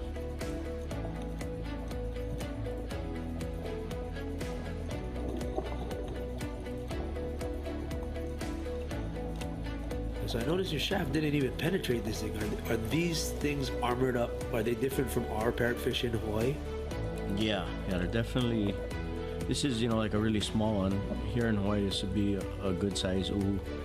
But yeah, the armor plating on there, the scales are super thick and massive, so definitely gives them a lot of protection.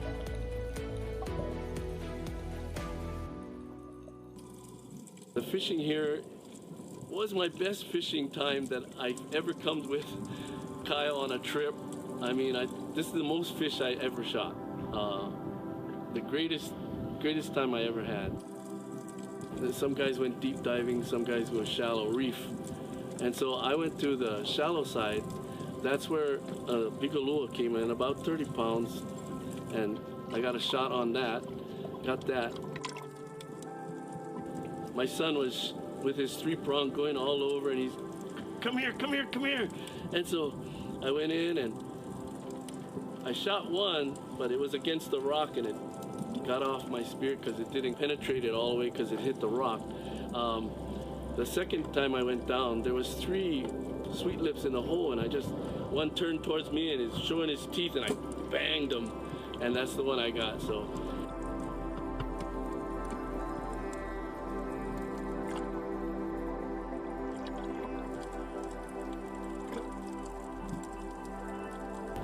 Had a good time though. This is, again, A1, my best trip ever. Would love to come here again.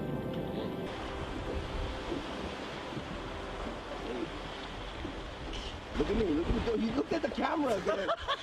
Portuguese. What about the Portuguese? Yeah. I saw little red ones with the yellow tail. The coronation? Yeah. Probably there's a bunch around. Don't look at the camera. Don't look at the camera. There's a bunch around. Oh, Mahalo, or as they say in Indonesia, terima kasih to our travelers for inviting us along on their Indonesia dive adventure. The action is just beginning, and there is more ocean to cover on the beautiful Silolona. So keep it tuned here for more episodes to come featuring this magical destination. We leave you as our divers head into the local village to share their catch of the day. Until next time, dive safe and ma'alama ike kai. Aloha.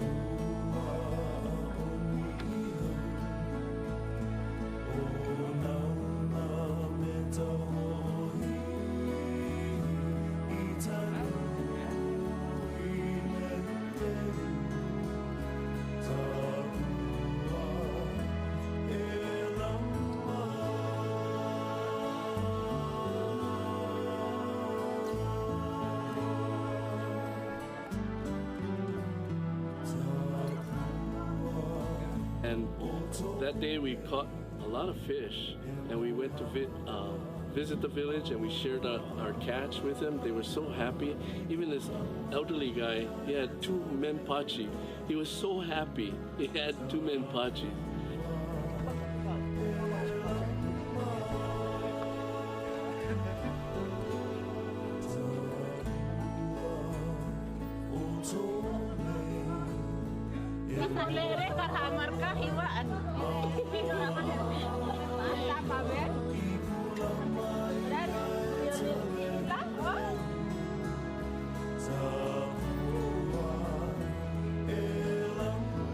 That looks like they're gonna eat some good fish tonight. Pretty happy.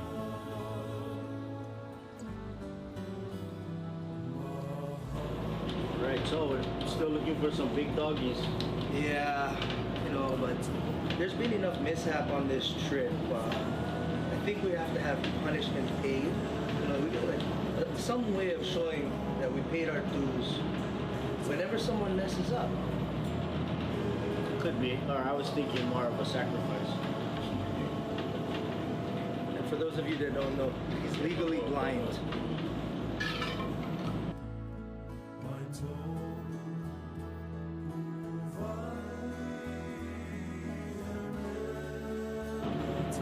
You know, Kyak, I think we need to, I think I need to say some type of mantra to help appease the gods as I'm sacrificing my scalp and my hair.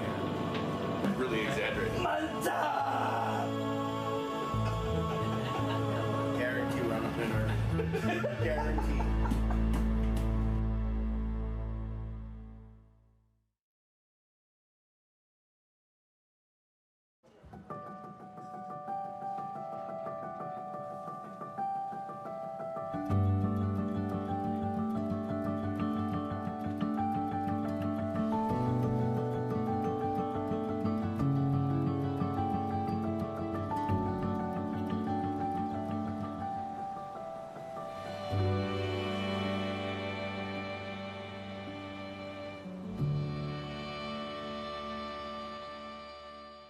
From picturesque landscapes to adrenaline-pumping water sports, our islands provide a breathtaking backdrop that's truly unique. Come along for the ride and witness the wonders of Hawaii on Spectrum OC16.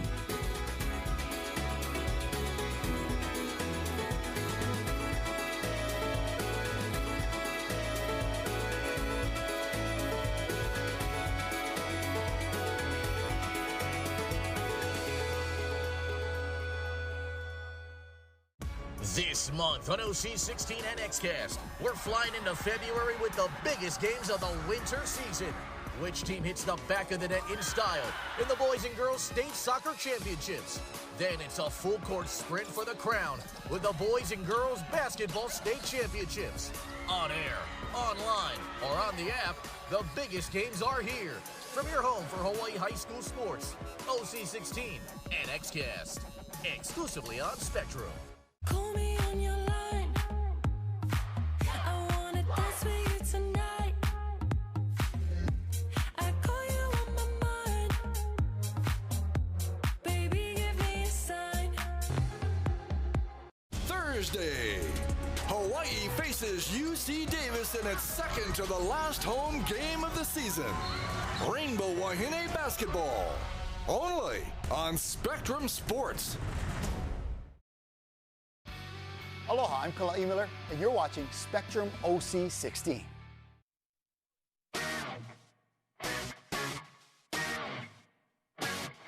A passionate Punahou team has overwhelmed the opposition and now a win away from a record-setting 12-state title. The only thing standing in their way, a brotherhood bonded by the belief that a dynasty can be born tonight.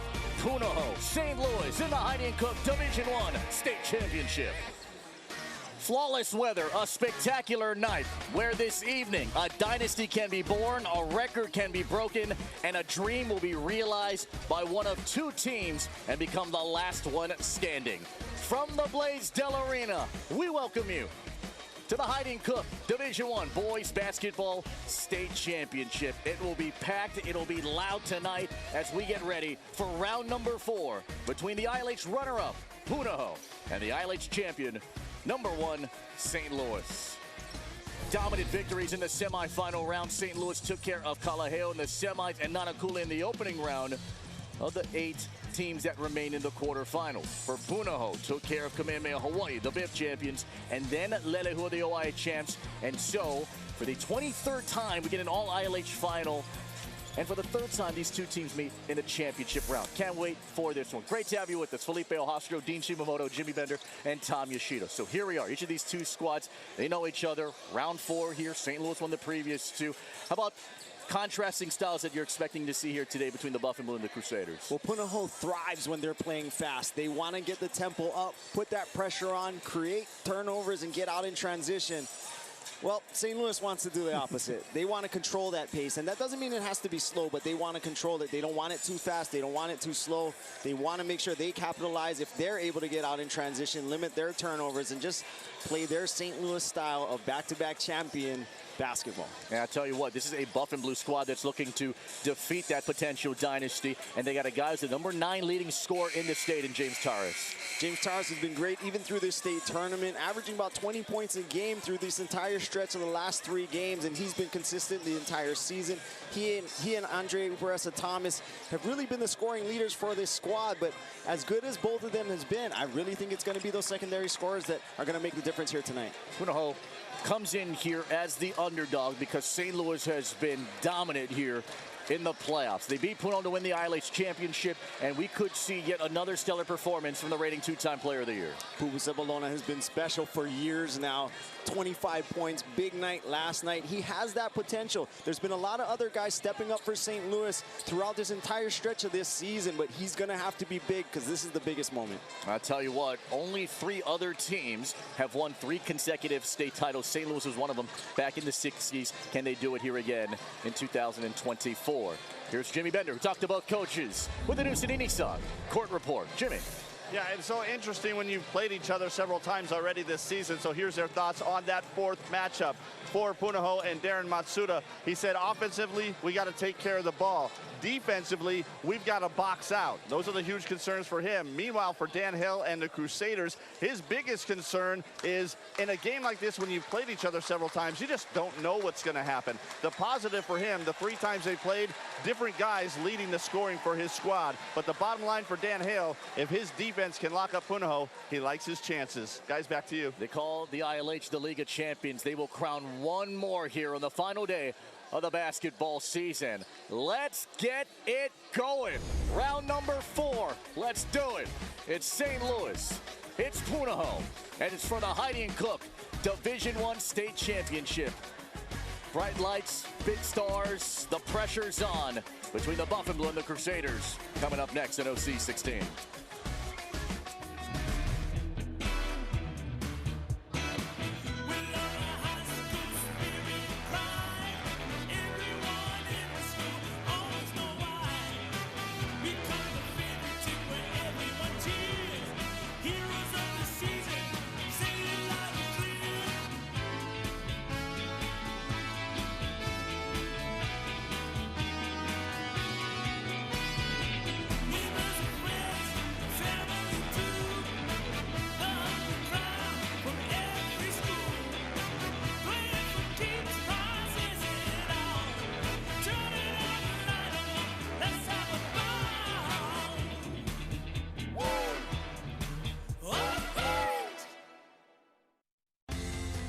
This Spectrum OC16 sports presentation is sponsored by your Hawaii Honda dealers.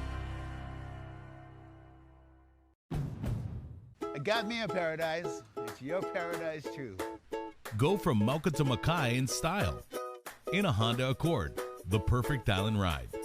Eye-catching, comfortable, loaded with tech, and ready for your next holo holo across town.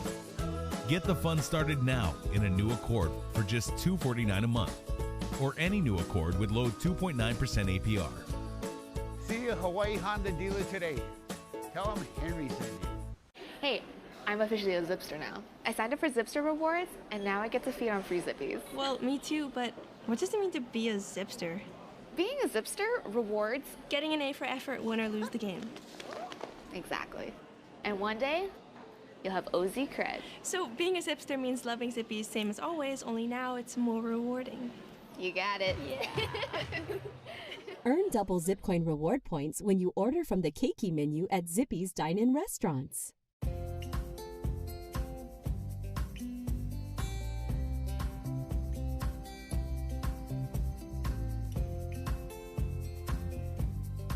Yes, Maui has some beautiful roads, but they can turn hazardous because of one negligent driver. If you're injured in an accident, call us. We can help you.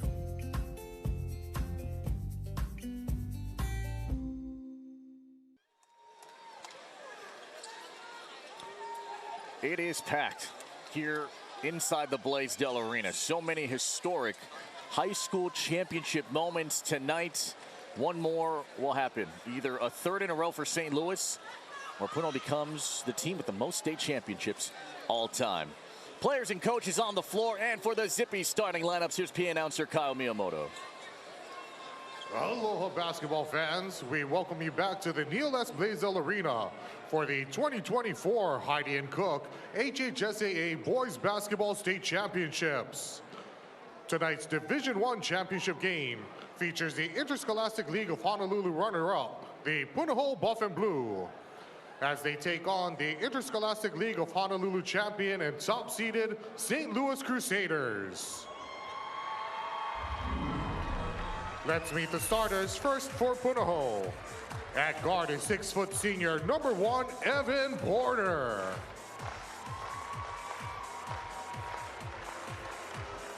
At guard is 6-foot senior number 3, Dylan Kellner.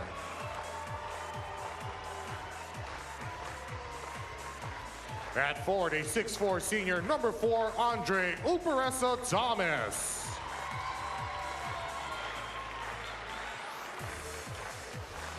At guard, a 5'8" senior number 10, Noah Makapulai.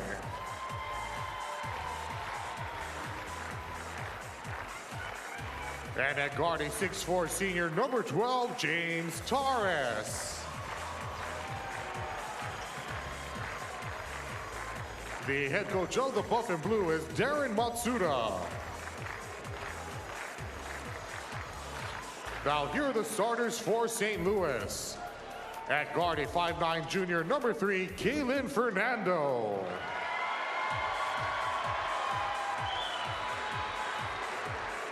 At guard, a 5'11" junior number 4, Stone Maverick Kanoa.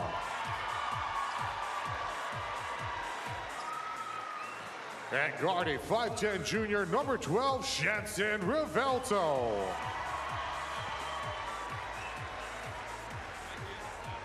At center, a 6'3" senior number 33, Jordan Bolsiulai.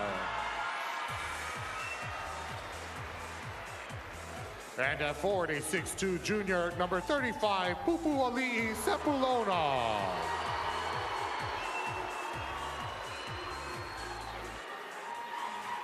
The head coach of the Crusaders is Dan Hale.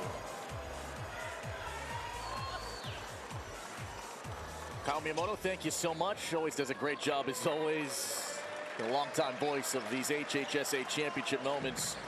And here, the Heidi and Cook Division I State Final. These two programs ready to lock it up one more time. It's the fourth meeting in the tournament, the third in the final. St. Louis leads the series 3-0 overall and 2-0 in the championship round.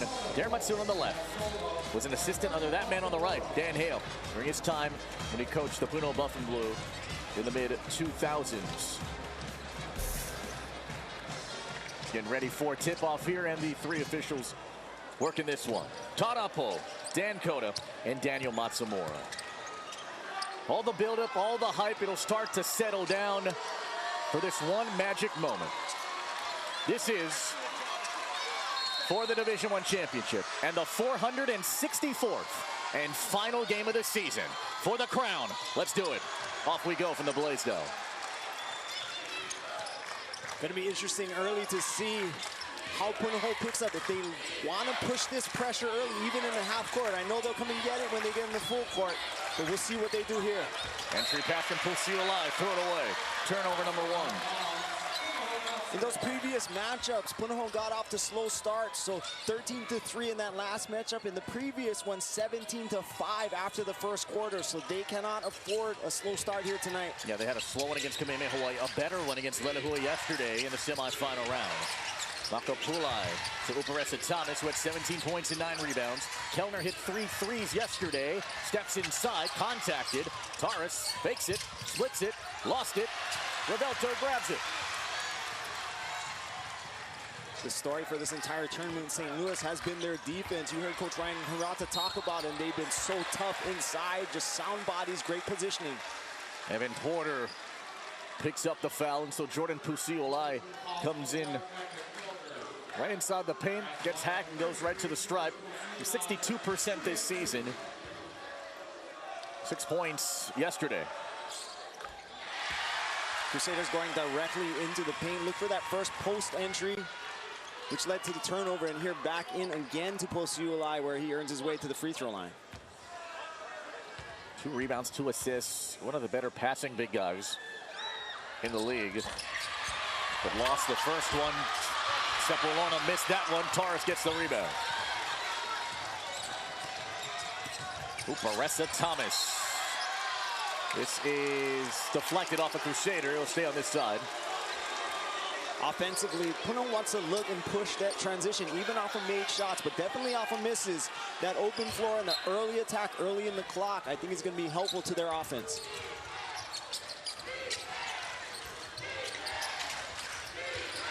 Taurus been on a tear in the tournament. Triple team got it here to Uparesa Thomas. Rolled it off the rim. Porter, no. This one off. Porter. St. Louis ball. The same type of feeling out process for both of these teams. Got to get used to the speed. Got to get used to the basket and the atmosphere before you start seeing those shots go down. Velto, 8 points, 4 assists. Here in the tournament. He's been such a steady operator of this offense. They're heavily guarded by Kellner, though. Sepulona. They switch. Taurus now guards him. Deep one here for Fernando. Just his 7th made this season. Taurus attacks. Hit the heel. Porter, no. Pupu Sepulona able to get it. Then they're going to guard him like crazy here today. Wide open. Kellner, the DB, deflected that one and intercepted by Porter.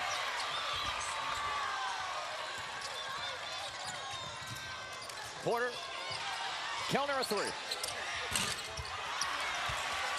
Stone Kanoa the rebound. It's a foul here on the Buff and Blue. St. Louis slow going, worked the inside first, and here Kalen Fernando, well guarded, went straight up, knocked it down. He's been really great offensively for this Crusader team. Added a spark, transfer from Damien. Not someone they had last year, so he's new to this state tournament, new to this championship, but he's been huge in the entire season. Off the inside is Stone. Parker, timeout, Buff and Blue.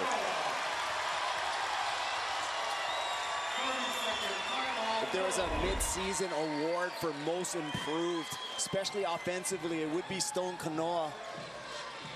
Came in initially as a defensive specialist, just using that strong frame to hold other teams down, grab rebounds, really a role player, but has picked up his scoring as of late, and he keeps it simple, right? He gets those finishes off the cuts, he grabs offensive rebounds and putbacks, and he runs a lane. But what a great asset to have. Later tonight, we'll hand out an Impact Player plaque courtesy of Mike's Engraving and Trophies, the official trophy provider for Spectrum OC 16 Sports. For all your special achievements, call Ryan at Mike's Engraving and Trophies. They are located in Aiea. Sparkling in the Ward area in Ala Moana. St. Louis shining early. 2 of 3 from the floor. +2 in the rebounding category. Buff and Blue have opened the game 0 for 4. And Matsuda saying we just can't have slow starts. Absolutely cannot here this late into the season. Kellner inside. Porter tries to get space. And that defense always active with the hands to take it for Revelto. Straight on Revelto will try and get it, but Fernando rattles on the 3. call that early offense. Really a secondary break. You're not seeing the layups that you're getting, but when the defense sinks, you have players like Fernando, while defense is still in a scramble mode, and he's just cashing in from that distance. Taurus, Makapulai from the corner. Ugly start for Punahou. 0 for 5.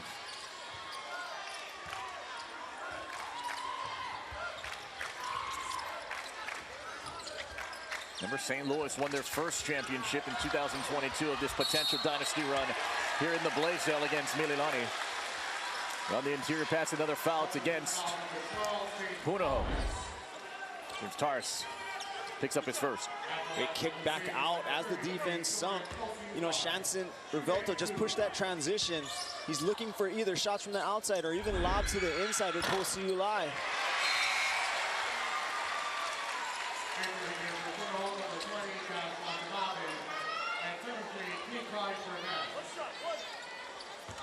You want physicality?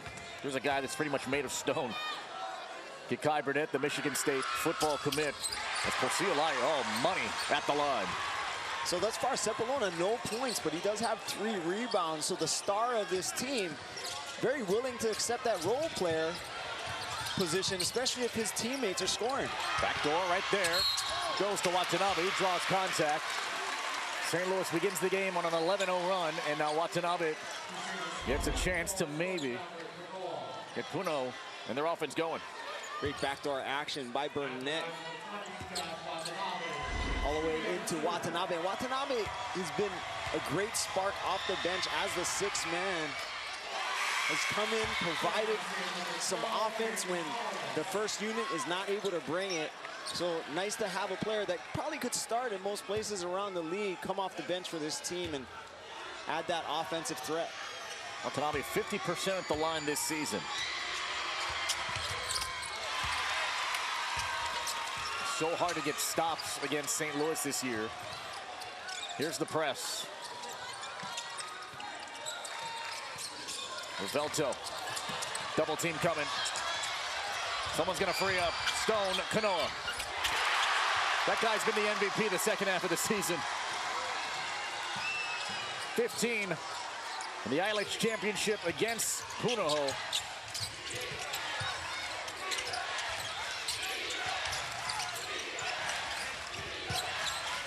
Parks has been a scoring machine, not against St. Louis though. Quick inside, a challenge from Parker. The tip is good from Uparesa Thomas. Punahou's gonna have to work to grind out a couple of those baskets. So Andre Uparesa staying busy, working his way to the offensive glass for a big one. Sepulona lined up a 3. Look at the long rebound. Porter diving on it with Fernando, and Burnett collides in there. And the arrow will go in favor of Punahou. As great of a start as you could hope for if you're a Crusader fan. Getting anything they want on the inside. They got a 9-point lead. Oh yeah, hot honey pizza and wings from Pizza Wahat. Pizza Wahat. Pizza Wahat. Hot honey pizza and wings. It's the first new flavor to make you say pizza what? Heart pumping. Muscles extending. Every body is a miracle. And though we share so much, everybody is unique. What's your passion? Hold on to it. We're here to help. With a personalized approach to a healthier you. Hawaii Pacific Health. We're not supposed to be out here, which is exactly why we are. With standard all-wheel drive, specially tuned off-road drive mode, designed to bring the outdoors in. The off-road ready Mazda CX-50. We're looking for outsiders. Discover exceptional financing options like up to 60-month 0% financing on eligible models. Oahu's exclusive Mazda dealer, Cutter Mazda of Honolulu and Waipahu. Oh yeah, hot honey pizza and wings from Pizza Wahat. Pizza Wahat. Pizza Wahat. hot honey pizza and wings. It's the first new flavor to make you say, pizza what? Punahou yesterday got up to a hot start and did not let off on the gas pedal over Lerehua. Andre Uparesa-Thomas, 17 points, 9 rebounds that evening. Tyree Wilson was the Hawaii Honda Dealers impact player. They were sharing. Everything was working beautifully. Essentially a home court advantage for Punahou. They won it by 18 and knocked off the OI champs, the Lerehua Mules. Well, if you've seen those highlights, most of those were in the open floor. They're getting out in transition. They're running. Makapule is distributing. They haven't been in that scenario too often. They've been here in the half court because St. Louis has been able to score. There's Watanabe in the goldest shoes you'll ever see. Here's Uparesa-Thomas. 13 to shoot, Watanabe. Trying to throw to Burnett and turn it over. Just that entire defensive possession for St. Louis. There's no lanes available, passing or driving. Sepulona. Posiolai. Oh, great spin over Burnett, but forced it. Horace was going down, had to get it off. Taurus 0 for 1 from the floor. Turnover. Revelto sifting and weaving. Look at Burnett. Oh, Uparesa-Thomas, what length to bring that one down. Burnett's entrance into the game already paying dividends. Had that pass on the back door to Dash Watanabe, accounted for 2 points, and then got the stop on Posiolai, and then the poke from behind. Backdoor again, another bad possession here for Punahou. Well, 5 turnovers already for the first 6 minutes of the game. And now here's Fernando. Fernando's hit a couple of threes here to really help spark this offense. We'll see you live. Window cleaner. Got all glass. Here's Porter, the Stanford volleyball commit. Burnett, a 3. Watanabe cleans it up. That's what it's been for the Buff and Blue, these bench points. Watanabe and Burnett both coming on after that first unit. And they're there with fresh legs. That's how they've been successful for a lot of this season, playing all these different numbers. Great job from Porter. And volleyball quickness just stuck the hand in there and deflected it. Final minute here of the first. Taurus calling for Revelto's done a great job defensively. Foul there. Go against Revelto. Taurus gonna take a breath for a second. He's okay. Burnett, with his size and strength, uses the speed that time to get the poke from behind. Tries the 3-pointer, but there's Dash Watanabe pursuing that rebound and earning another bucket. Taking the most free throw attempts in the tournament. 12 of 18 at the line here for the Buff and Blue.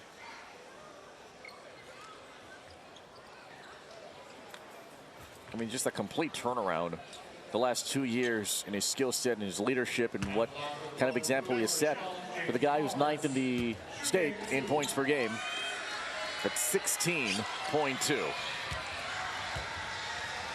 Taurus has been really good throughout this tournament. 15, 17, and 21. Just been steady. And, you know, you see that time, and you see St. Louis guarding Taurus with Revelto there on the block. Shenson Revelto has been playing in men's leagues for years. He's used to going up against bigger, older guys and knows how to handle himself.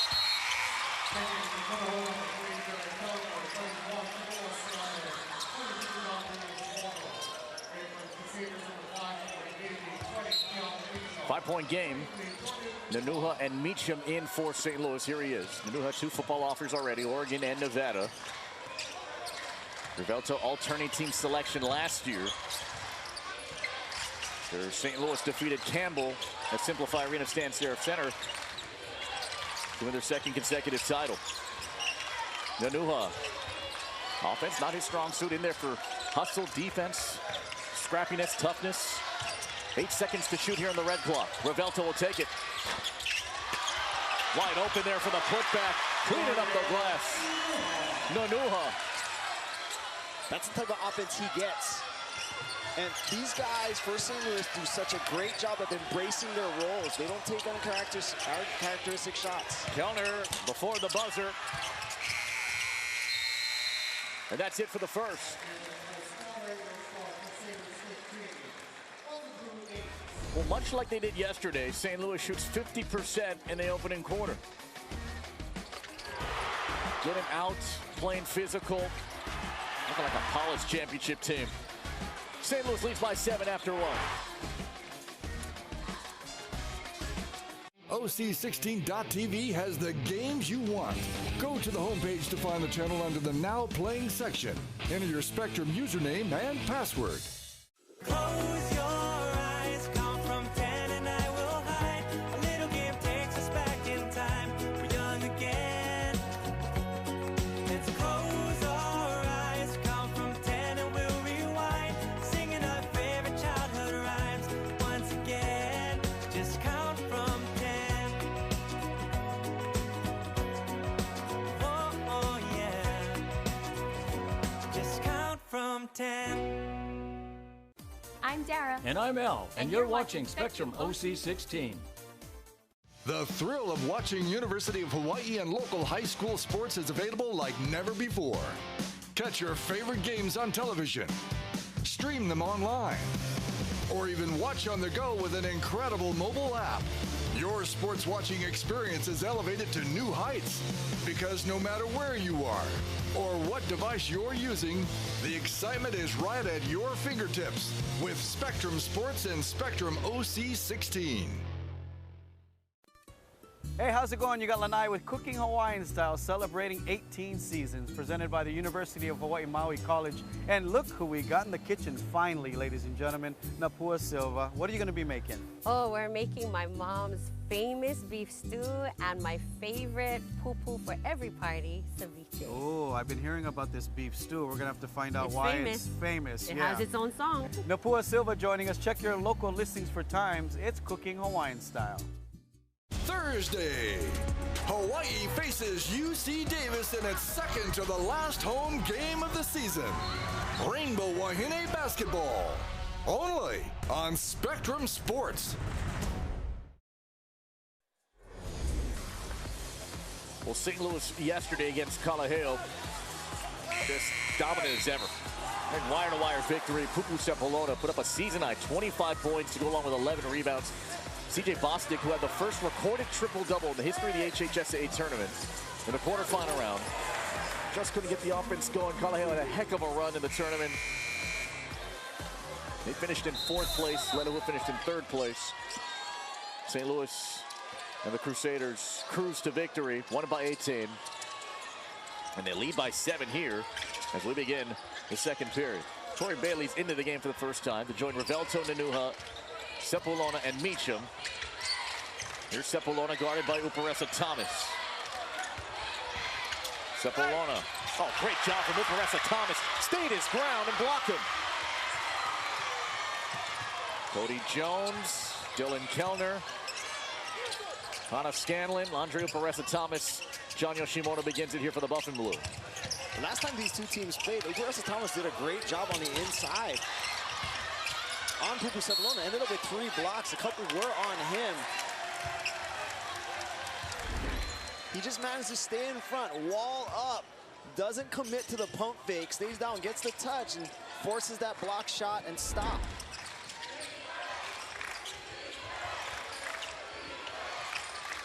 St. Louis shooting 46% here. There's Revelto. 1 field goal attempt. Playing solid defense through the first 8 minutes of play. Meacham, an ILH All-Star last year. Misses on his first shot of the night. Here comes Kellner now. Kellner coming off a season high. 13 against Lelehua in the semifinals. The recipient there and another turnover. That's number 6 already here for the Buff and Blue. Really hasn't been a pretty game through this first part of the second quarter. But, you know, Punahou started out down 11. It was 11-0. So they worked their way back into this game. Over Thomas thought he had his second block. Corey Bailey, a great take to the rim. Free throw line bound. Coming off the bench, Corey Bailey just attacks the basket with that power hop. Uparessa Thomas got the ball first, got the arm second. So Bailey's back to the line.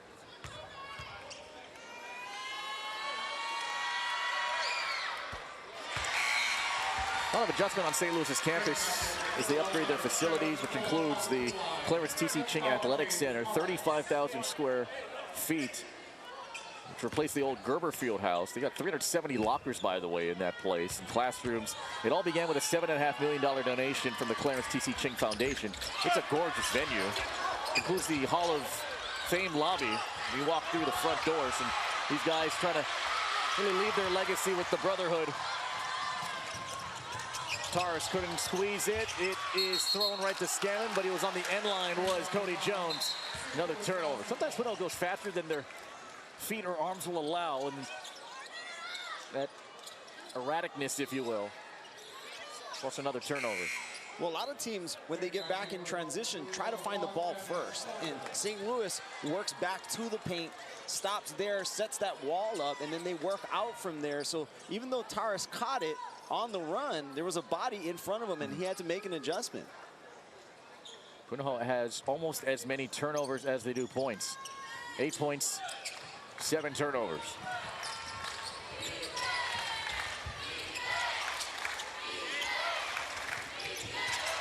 Meacham slipped, trying to come to the ball. Bailey slips it. Oh, Nanuha! A chance for three.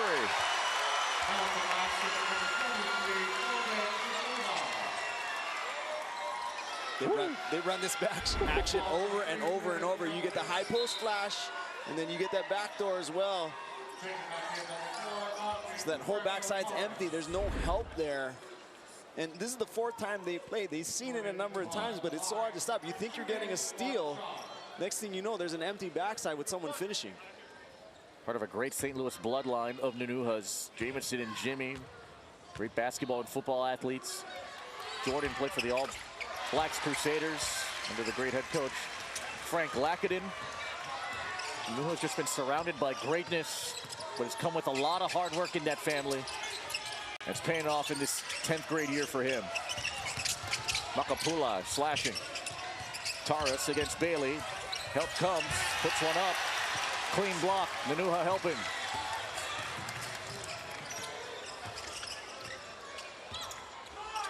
Sepulona against Uparessa Thomas. The help came, it was a tad late. And that's the signature Sepulona move. Timeout, Punahou.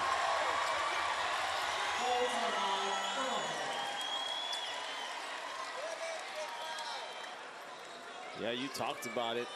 They've tried to work it into Sepulona several times. Andre Uparessa Thomas has done a pretty good job on it. Got a block the last time down. This time, Sepulona gets to that left side, and he creates so much room on that spin, and it's so tight that Makapula can't come over and help and get the strip. And when he gets that close, he's finishing it. Sepulona talked about he's still weighing out his collegiate options, at least on the basketball side. He says that process will work out. Faith, a big part of his life, including his family. He says, I'm just gonna let the process kind of play out to see where it goes. The official offers have come more on the football side, 2 of them, and 1 of them, including the University of Hawaii. I don't think there'll ever be another Pupu Sepulona. I've seen so many different comparisons. Alika Smith talking with him said he reminds me of a Keone Reyes back when he played over at Kaimuki in the 07 year. But Pupu, I mean, he's just 1 of 1. Yeah, I mean, he fools a lot of people, and you know, we've even seen him in the Iolani Classic putting up numbers. So it's not just a guy scoring against Hawaii competition. He did this against Montverde. He did this against quality teams, St. John Bosco, over the course of the last couple of years. And these teams can't figure him out. And these are 6'7", 6'8", some of the top players in the country. And he's putting up double digits on them just like it's anyone else. And he's only averaging 13 points per game. Nobody here on St. Louis is a top 20 scorer in the state. That's how great this team has been collectively. and believing and trusting the process. Porter. Tipped around, got to Makapulai. Taurus, can that help him? Yes, it will. Hits a three. Really needed that. That was the cleanest look he's had the entire night. He's been trying to attack the basket, but every time you see one of the Punahou players get into the paint, there's a St. Louis player in front of him, maybe two.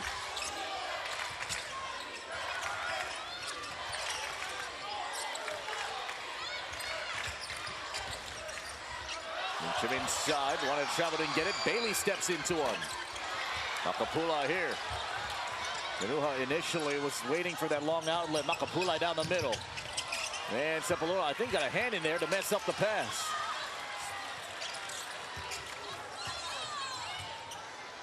Makapulai does such a great job of pushing. He's so used to having that open floor and people committing. No one's committing to him. St. Louis staying sound in their lanes on their players. Baressa Thomas, again, terrific job. Stayed his ground. Makapulai feeding the big man. Extra pass, Porter. It's blocked by Punahou.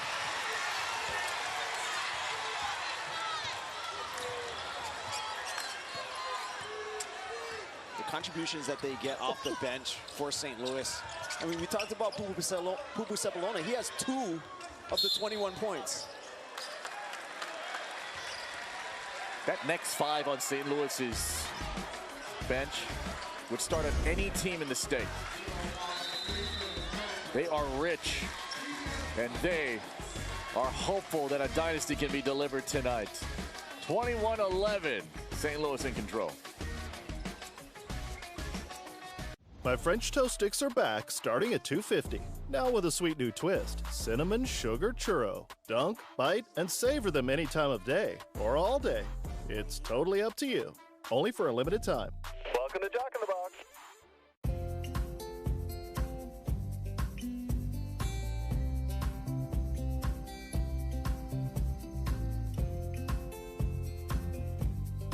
Yes, Maui has some beautiful roads, but they can turn hazardous because of one negligent driver. If you're injured in an accident, call us. We can help you.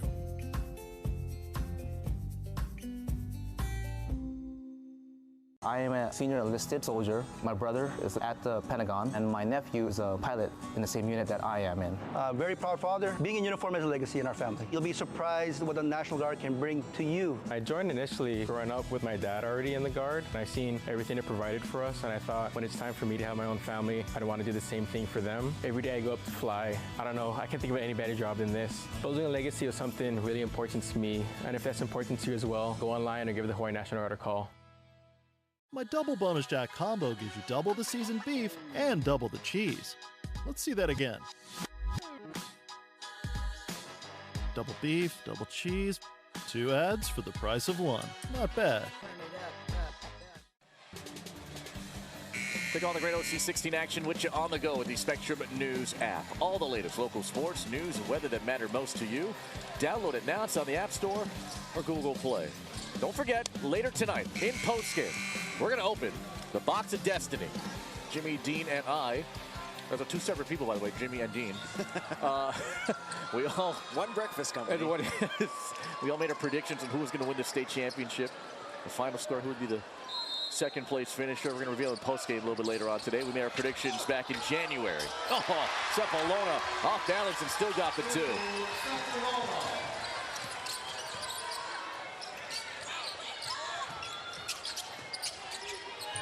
St. Louis still shooting a very high percentage. Makapulai gets to the bucket. His first field goal. Punahou's 4 of 16 from the floor. Just a breakdown defensively. Stone Konoa completely lost his man. He's used to sagging and being a helper, knowing that Makapulai doesn't shoot a lot from the outside, and completely lost track. Sepulveda traveled. Good call, Dan Cota.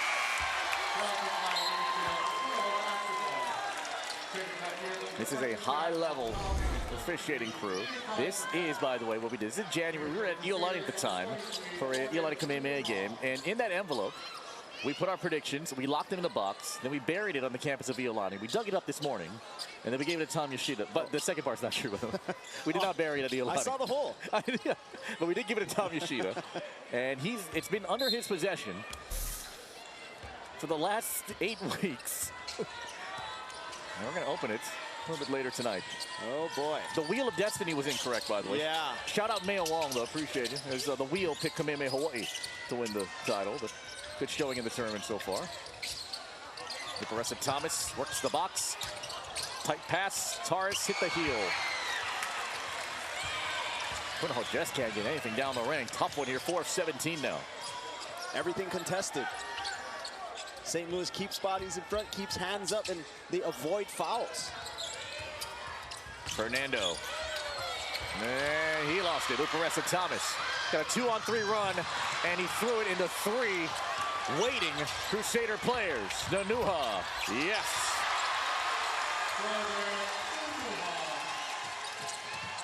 Fernando, quick recovery. Got a touch on that. Shanson Revelto's savvy is not only on the offensive end.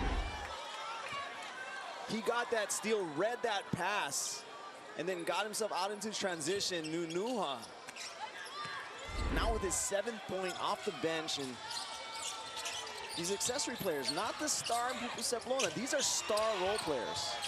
Oh, Porter. Just his 5th hit of the season. He only had 1 3 in the last 7 games. And it puts it back to 9. At this point for Punahou, it doesn't matter what it looks like. They just need buckets to go through the rim.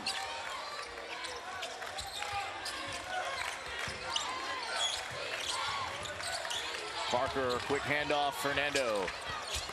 Clank, got it back on a back tap. Oh, he got 2 Buffalo guys up. The extra pass went to Parker. Foul on the floor, though.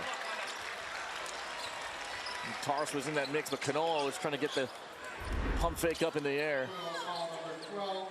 Porter left wide open, squares it up. It was online, so it's not one of those wing threes where you're so off that it banks in. That was just long. Yo, I'd be doing that at Fun Factory all the time, right? That's how you get the high score. You just bang it off the backboard. 1:15 remaining here. It's been all St. Louis. They led by as many as 13. And here's Revelto. Nanuha with 7 points here this evening. We thought Nanuha would lead all scorers, and he's on the floor, coming off the bench. Here he is.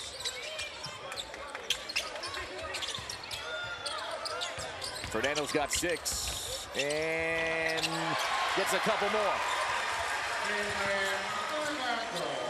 Great season he's had after sitting out a year because of the ILH transfer rules. The former Damian Monarch banks it in. It took a little time for him to figure out what type of shots he should get, and once he figured that out, and he became so deadly offensively. And not a coolie boy. Kai Burnett will go to the line after drawing the foul on Posiulai. The NBA, they have stats, plus minus, and what that says is whether or not your team built the lead or lost the lead while you were in, and so there'll be plus and minus points, and Kai Burnett is one of those guys that's been a huge plus for them tonight, coming off the bench along with Dash Watanabe. So great contributions. It's been this bench the entire season that have allowed them to be so good, that depth.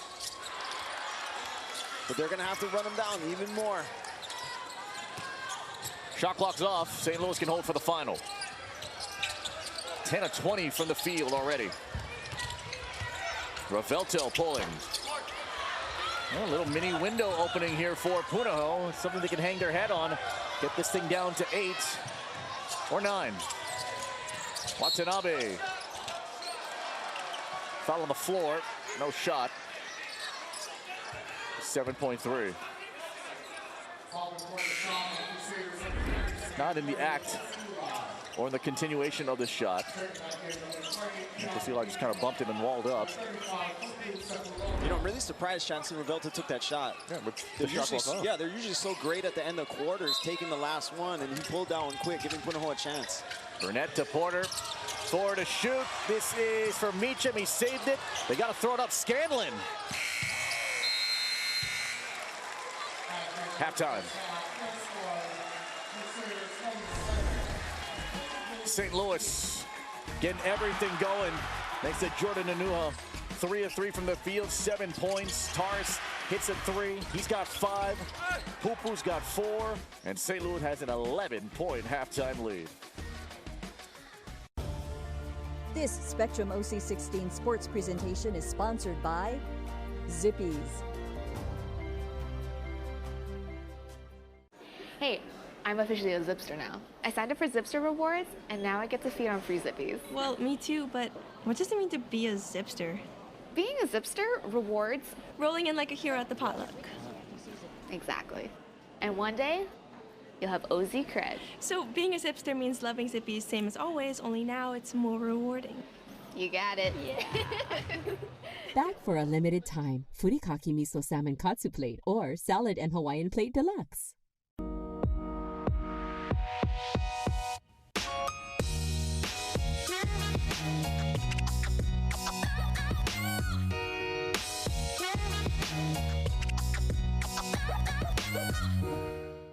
You're watching Spectrum OC16, your home for Hawaii high school sports. This week on Outside Hawaii, we'll listen to unassuming yet powerful voices. We'll explore the urban forest and understand the need for more of them as our climate changes. We'll also learn about an incredible trailblazer, Dana Naone Hall, who led the way for effective advocacy for Native Hawaiian and environmental issues for 40 years. Tune in to Outside Hawaii, only on Spectrum OC16, 100% original, 100% local. At Spectrum News, we're committed to strengthening the fabric of local communities through our coverage. Watch your favorite local sports on your smart TV and connected devices, streaming live 24/7 on Spectrum Sports and OC16. With on-demand weather forecasts and news that matters on the Spectrum News mobile app. Keeping you informed throughout the day. Spectrum News, your community connection. Exclusively for Spectrum customers. Now available on your favorite devices. Friday, the Holy Cross Crusaders make the trip from Massachusetts for a showdown with the Bows. Rainbow Warrior Baseball, only on Spectrum Sports. We talked about how deep St. Louis is, right? On any given night, anybody can step up. And early on, it was Kevin Fernando with a couple big threes. That's how they've been all season. People Cepolona with just 4 points, but the players surrounding him have been special. Kevin Fernando, the entire season, has built up that offensive arsenal. He can go to the rim. He's super athletic, but he can also rise up in the mid-range and knock down those threes as he did early. How much help does Punahou have here in the second half? What do they need to get back into it? St. Louis is one of those teams that they just grind their way, so they're going to be hard to come back on. But if Punahou is going to have any chance, they're going to have to pick up that pressure. They may give up a few, but if they're getting more than they're giving up, then they're able to cut into this lead. I mean, they're there, but it can't go how it's going right now. We've had 2 championship games already with relatively low-scoring first halves. This one in favor of the 2-time defending state champions. St. Louis on top, 27-16 on Spectrum OC 16. Grab your boxes like a keyboard and the song you need. Storing and the self-story. Attackers rentals online. Fresh specials all the time. Storing and the self-story. A whole load to Hawaii self-story. Heart pumping, muscles extending.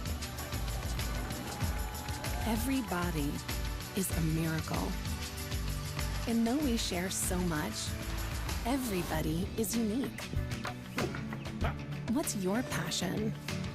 Hold on to it. We're here to help. This is With a personalized approach to a healthier you. Hawaii Pacific Health.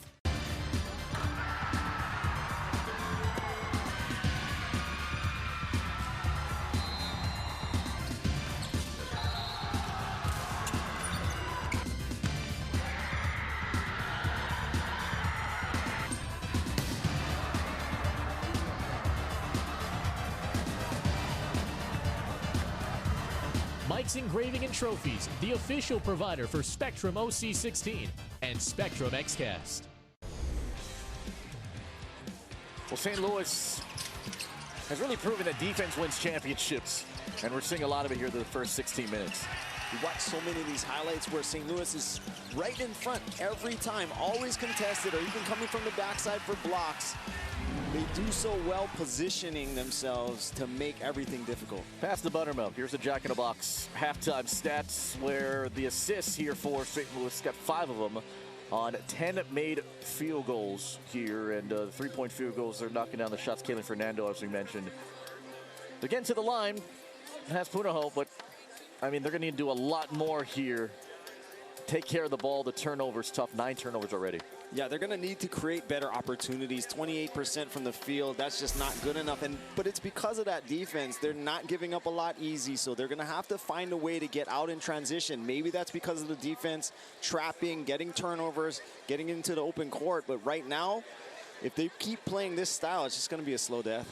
It's tough here for the Buff and Blue, and St. Louis 2 quarters away from a 3rd consecutive state title and a 9th in school history.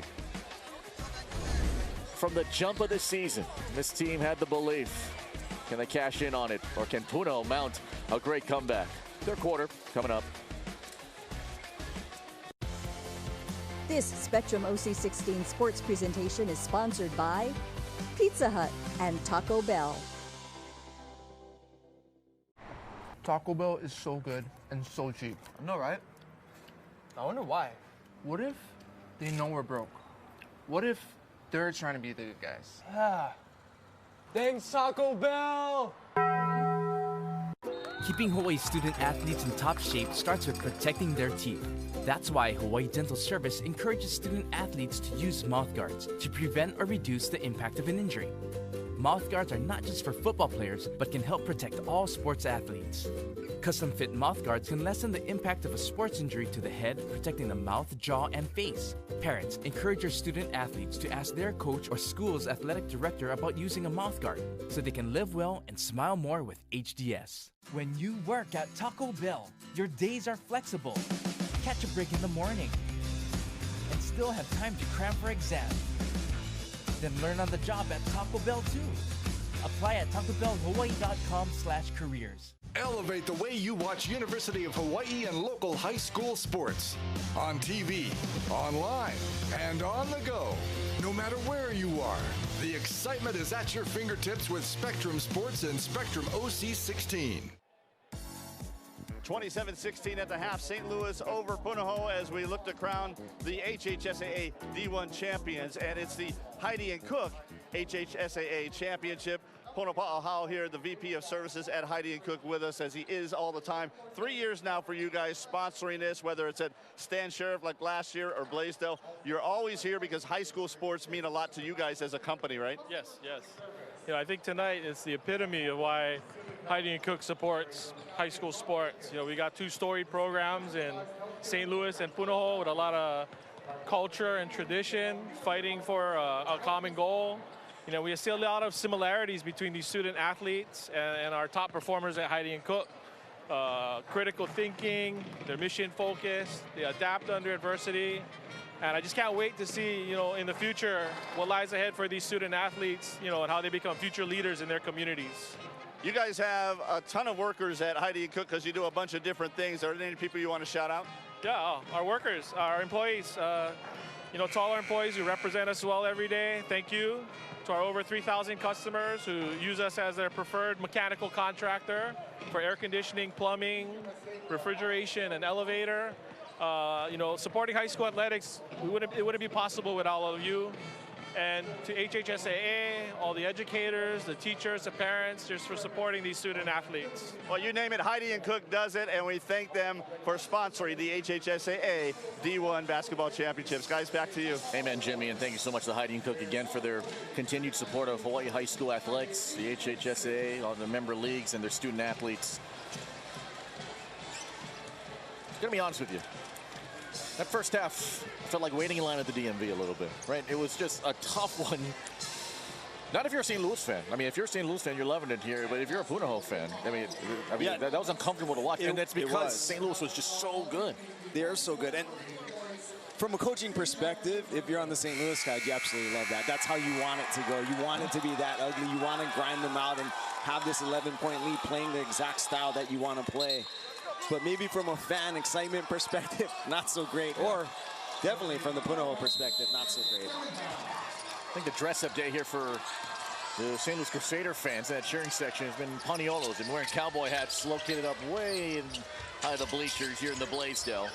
There's Zuparesa Thomas, Makapulai Porter, Taurus on the floor, and Taurus gets right to the basket. His second field goal here. He's got 7 points. That was a perfect first possession. A lot of movement offensively and finally getting an open lane. St. Louis defenders not in the way. There's Rivelto. And great defensively here for the Crusaders. Fernando threw it up top. Here's Rivelto. Kanoa. Sepulona. Eyeing over the top. Wide left. Foul here. Taurus hooked the arm of Posiolai. Taurus picks up the personal. Nothing through multiple passes coming out. You get that swing, that slide to the baseline. Help position not in the way. Finally get a clear look there for Taurus going to the rack.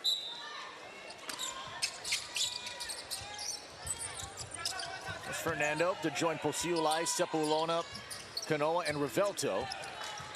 Here to begin the half. Oh, nicely done, but Fernando just couldn't get it. He beat his man and finish at the rim. In the half court defensively, Punahou's done pretty well.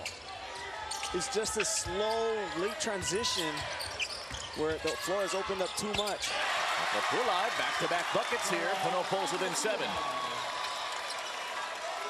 He's going to have to hit a couple of those just to keep the defense a little more honest. He had the layup earlier and then now the jumper. Foul him a drive by Sepulona. Go against Zuparesa Thomas. You look, Stone Kanoa wasn't even in the picture. Was just doubling down on Taurus and gave Makapulai that lane nearly all the way to the basket. Knocks down that 4-footer. One thing we might want to consider, and we have no jurisdiction over this, but you might want to suggest having, you know, some kids maybe help the officials out and wipe the floor occasionally here and there. Now, we don't have those ShamWow mops to expedite the process. Let these officials focus on officiating. Makapulai got a tip, got a steal. Throw a blocking foul on Fernando. I think you're right. I think Makapulai might have to be the guy, because sometimes he can be too unselfish. He's a great passer. He's quick defensively, as you see it here. But this is your senior year. This is the state final. At some point, you got to just let it go. So clear path nearly for Punahou, but again, St. Louis playing it right. They got back. They avoided the bucket, avoided the foul, and now they're able to play half-court defense. Taurus, Zuparesa Thomas. Chance to cut this thing down to 5 or maybe 4. Kellner rattled it out. Nanuha able to collect the rebound. He's been awesome tonight. 7 points, 3 rebounds. Perfect 3 of 3 from the floor as well. That was a big momentum shot. Good look by Kellner. He's been able to knock those down and had a nice night last night hitting shots. Sepulona, impact player last night. Oh, he gets bumped by Porter or Zuparesa Thomas. It's Porter. Kind of hip checked him.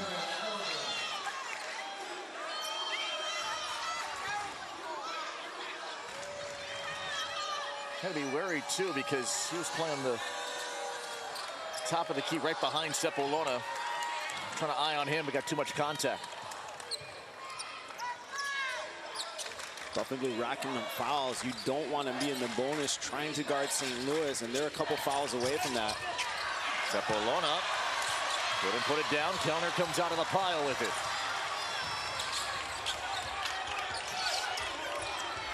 Buffalo Blue possession, trailed by as many as 13 in this one.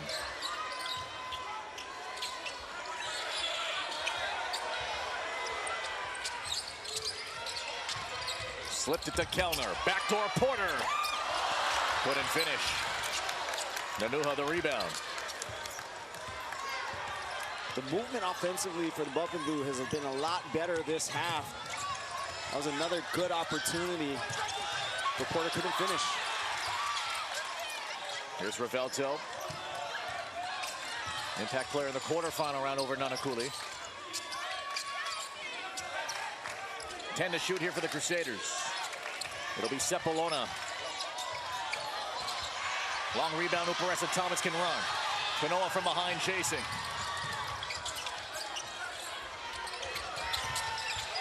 Kellner, a three. Oh, look at that, Makapula.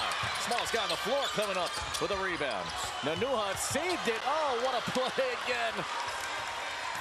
Football quickness, that instinct. Not allowing Punahou to get another chance. Back-to-back possessions for Punahou. Two good looks. Last one went by Porter around the basket, and then Kellner open from three. Kanoa.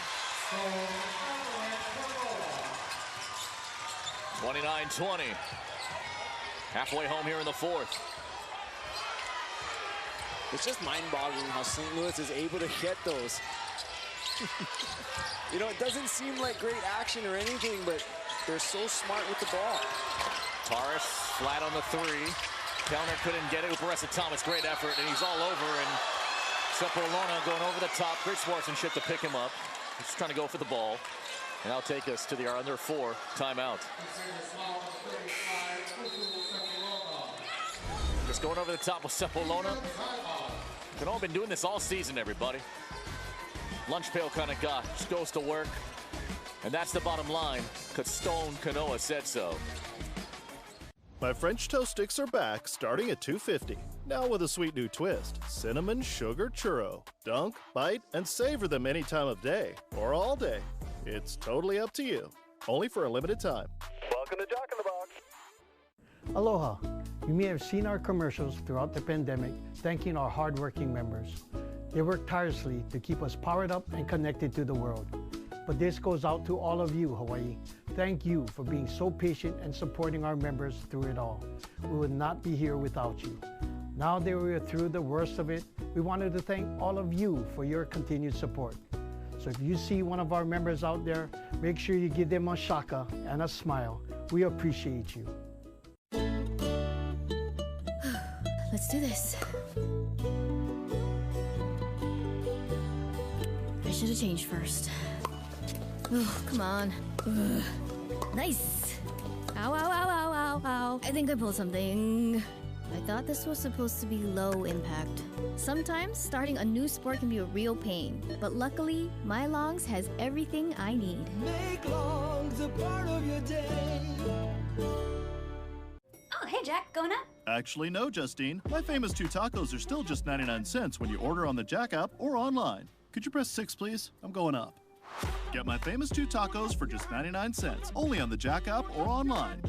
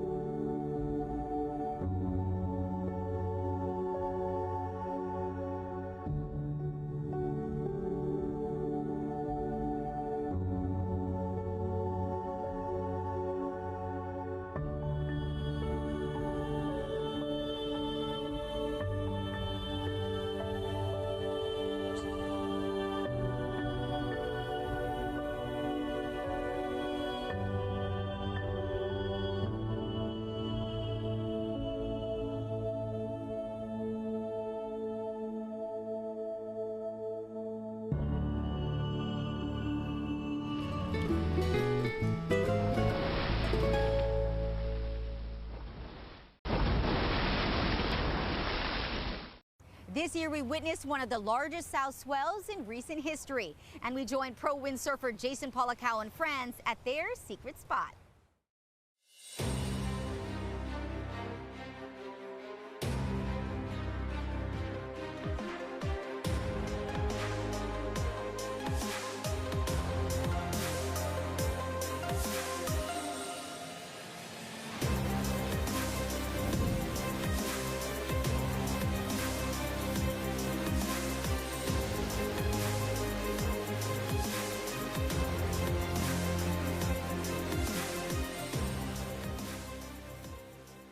That swell that hit Tahiti just hit Hawaii yesterday, and it was a massive swell. I mean, one of the biggest swells I've seen here on the south side. And I'm over here, this is day 2 at a little secret location for windsurfing, and it's just been incredible.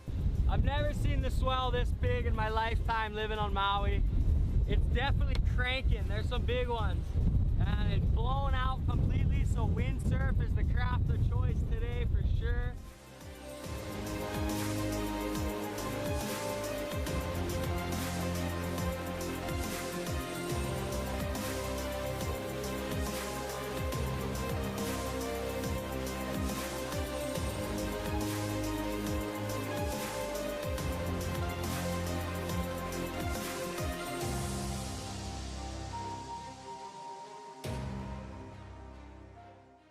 Most of these south swells, they do say it's going to be big, it's going to be big, and then they're always hyped up, and you know, we kind of get disappointed sort of, 7 times out of 10. But this one was under forecast. It was unbelievable.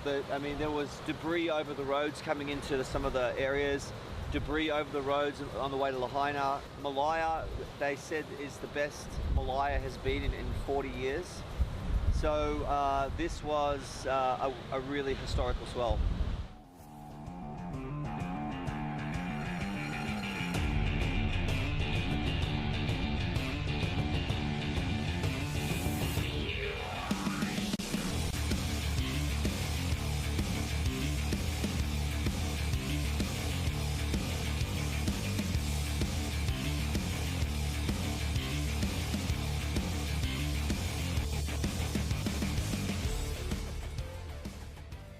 I was trying not to get caught on the inside, because when you do wipe out at this place, you end up on the lava rocks and you just destroy literally everything, board, everything. You can basically just leave it there and you're not going to retrieve anything. So I was really cautious because I wanted to have a great day, but as the day rolls on, you try and get more and more confident, and I got caught inside on one and went down, and I thought, oh my God, for sure I'm going to go on the rocks. But fortunately there wasn't a set behind it, so my gear just kind of toddled right around the shoreline of the lava. Like, I literally think my mast was like tapping on the lava rocks, and it just got taken off, and I got lucky. But Zane went down about 3 or 4 waves later, and he wasn't so lucky. He went on the rocks and his gear was just done.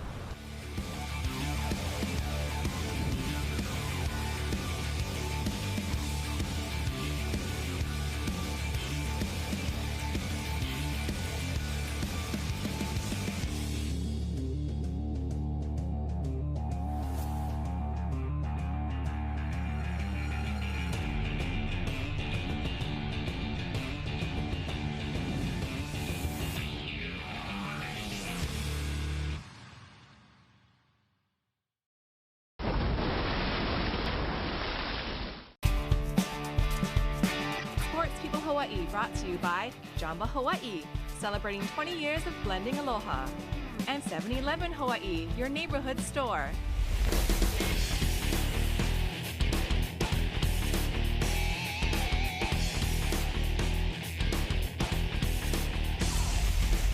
Aloha, everybody. I'm Howard Yashevsky. Welcome to another edition of Sports People Hawaii. We have another great show to get this new year underway, including the guy with the biggest heart on the University of Hawaii men's volleyball player. Ileo Choi is by far the smallest player, but boy does he play big, and he's not only a fan favorite, but a team favorite. We'll see what makes this young man tick. Also, when tens of thousands of people ran the Honolulu Marathon, one woman decided to run 20 miles as a warm-up, and then 2 days later, ran around the entire island in record time. And we'll also check in with UH Wahine basketball coach Laura Beeman. Her team is already a 2-time defending conference champ, and on to another great start here in 2023/24. We have these stories and much more coming your way on this edition of Sports People Hawaii. But first, as always, we get things revving up with another tip to help you get fit quick.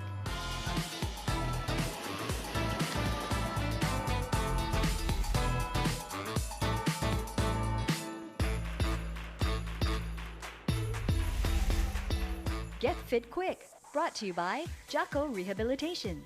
Hey, how you doing, everybody? This is Jocko from Jocko Rehab. Here in Hawaii, we play volleyball, we surf, we paddle, tight shoulders. Now, you can actually prevent some shoulder pain by doing some exercises to really loosen up your shoulders and open up your chest. This is a foam roller, and what we're doing is try to get those elbows on the ground at the same time. The next exercise she's going to show you is actually an extreme slow push-up, but on the way down. This is actually really going to strengthen her triceps and her chest and work on her shoulder blade stability. So she's really slow going down, and you can do that a couple of times. The third one is on her side. She's grabbing the ball, she's doing a side plank, working the core and opening up that chest at the same time. Get that ball as high as you can and don't let this angle change. If you do these exercises every day, less chance you got to see one of us in the clinic, I guarantee it. Get Fit Quick, brought to you by Jocko Rehabilitation, keeping you in the game of life. Every story has a journey, carried by the dancing wind. It is a soft explosion, echoing in the hearts of those that love. When open arms take flight, spread your love against the dark of night. Live for hope, long for passion. Live, love, 7 for life. This segment of Sports People Hawaii is brought to you by 7-Eleven Hawaii, your neighborhood store. Welcome back, everybody, to Sports People Hawaii. Ileo Choi is not your typical volleyball player here in Hawaii. He's not tall. He didn't do the club thing growing up. But now, as a member of the University of Hawaii men's Warrior volleyball team, he perhaps plays bigger than anybody else.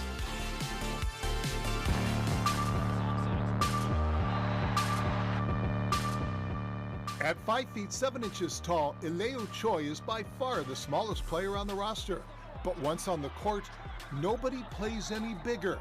Certainly nobody has a bigger heart. And it was on full display when the Farrington High School grad suited up for the first time as the starting libero for the team's 2024 season opener. It's like a huge honor. Like Coach Wright said, it was a dream of mine ever since I was young. But really, like, I have to thank the coaches and the staff for spending time with me and giving me this opportunity to have my first start. But really, my teammates were behind me throughout my whole 4 years here. So it's just been a long journey. A journey and a dream, he says, dates back to his childhood days, sitting in the Stan Sheriff Center with his mom and dad, cheering the team with his popcorn in hand. I was like, Dad, you know, one day I want to be like a Rainbow Warrior too and play in the Stan Sheriff. He's like, we'll see, son, we'll see. Turns out his dream would come true, starting with a message from one of the coaches asking him if he'd ever be interested in playing at UH. And so then I looked at the text message, I went to my room, and I swear to God, I was in tears crying. I'm like, oh my God. I was like, yes. I was like, I'm absolutely interested, just trying to play it cool. And then a short time later, Ileo got the call from the coach. Coach Josh called me personally, and he's like, hey, we have a spot on the roster. Do you want to be on the roster? I was like, absolutely yes, like enthusiasm. And he's like, whoa, hold on now. Don't you want to talk to your parents? Nah, no need. I'm in. I'm absolutely in. He says he immediately called his dad to say, guess what? I'm in. I committed to the Warriors. So then I called my dad and say, Dad, guess what? I'm on the roster for the men's volleyball team. I was like, what? I was like, I committed. It's like, whoa, you can't just commit. You're supposed to tell us this first so we can discuss as a family. I was like, oh shoot, sorry, I just got a little excited. Fortunately for the team and its fans, that excitement has only grown over the years, and it was on full display once again on opening night, when yet again, he jumped the gun during the team's introductions. And middle blocker, 6'9" sophomore from Indianapolis, Indiana, number 8, Herr You know, it's an honest mistake. Like, again, I just got a little bit excited. I was like, oh yeah, it's my time to run out. I just want to run out, just wave to the crowd. I was like, how's everyone? Thank you so much for coming out. And then next you know it, like the coaches would look at me weird. Like, I was like, why are you looking at me weird? And then I saw Kurt, and I was like, it's not my turn, is it? I was like, oh shoot, so I had to run back. But yeah, sorry about that, Kurt. Well, he jumped the gun a little. He came running out. He just wanted to get out there and start competing, so I'm not going to fault him for that at all. Turned out it was the perfect start to his first official start. He may have jumped the gun out of the tunnel, but when it came time to play, Choi proved almost immediately why he's a crowd favorite. Yeah, it was awesome. You know, one of the hardest workers that you'll ever meet. Great kid, great family. It means a lot to him to be a part of this program, but to see him get his shot out there for the first time and to put on the performance that did was awesome. From the diving plays to doing the splits, Choi stole the show. The splits, I highly don't recommend doing that. It just kind of instinctually came out, but just flying around, like all that was just kind of just effort plays. Like my dad, my family always told me, as long as you give your 100% effort in anything in life, they're always gonna be proud of me. So yeah, I really gotta thank my dad, my mom. They've been supporting me throughout my whole years, and they just told me, like, just be you, just ball out, give your 120%. And thanks to that effort, Choi is much more than just a fan favorite.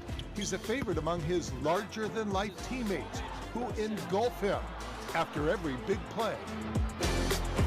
The difficult part about being, you know, in a pit of tall people is that maybe their armpits, like, because especially when I'm at tread, like I'm right at his armpits, and like, bro, put your arms down. I can smell your BO. Nah, but it's wonderful. Like again, like they're big, lovable giants, and I just love being in the pit with them. It's absolutely awesome. My emotions were just overwhelmed. Like, oh my God, I can't believe that was just that was my first game with my teammates. And now in this final season, he fully understands that first match was only a first step of his next journey. You can't define yourself with just one game, because that's not a player, because all the great players like Kobe Bryant, Michael Jordan, like they all had bad games, they all had great games too. So I can't just let this one great game, you can say, define me. I gotta look forward for the next game so we can keep growing. The perfect mindset for a kid who is the epitome of an underdog. He's been a crowd favorite. It's not just the parents, you know, he's been a crowd favorite for a little while now, and it's really cool to see him out there the entire time and putting on a show for the fans. And about those parents who are now also living the dream through their son? Especially like when I was a kid, where I was kind of like, I was quirky, but she was like my #1 best friend, basically. But yeah, and just seeing their reactions to the game, I was like, yeah, you proud of me? You proud of me? And they say, are you kidding me? Like, we're always proud of you no matter what happened. And I kind of teared up a little. Just a real inspiration to really anybody, and certainly to local kids that, you know, a lot of times are on the shorter side. And you can play with the big kids, especially if you got a heart and work ethic like Leo Choi. You absolutely can get on the court and be among the best players in the country.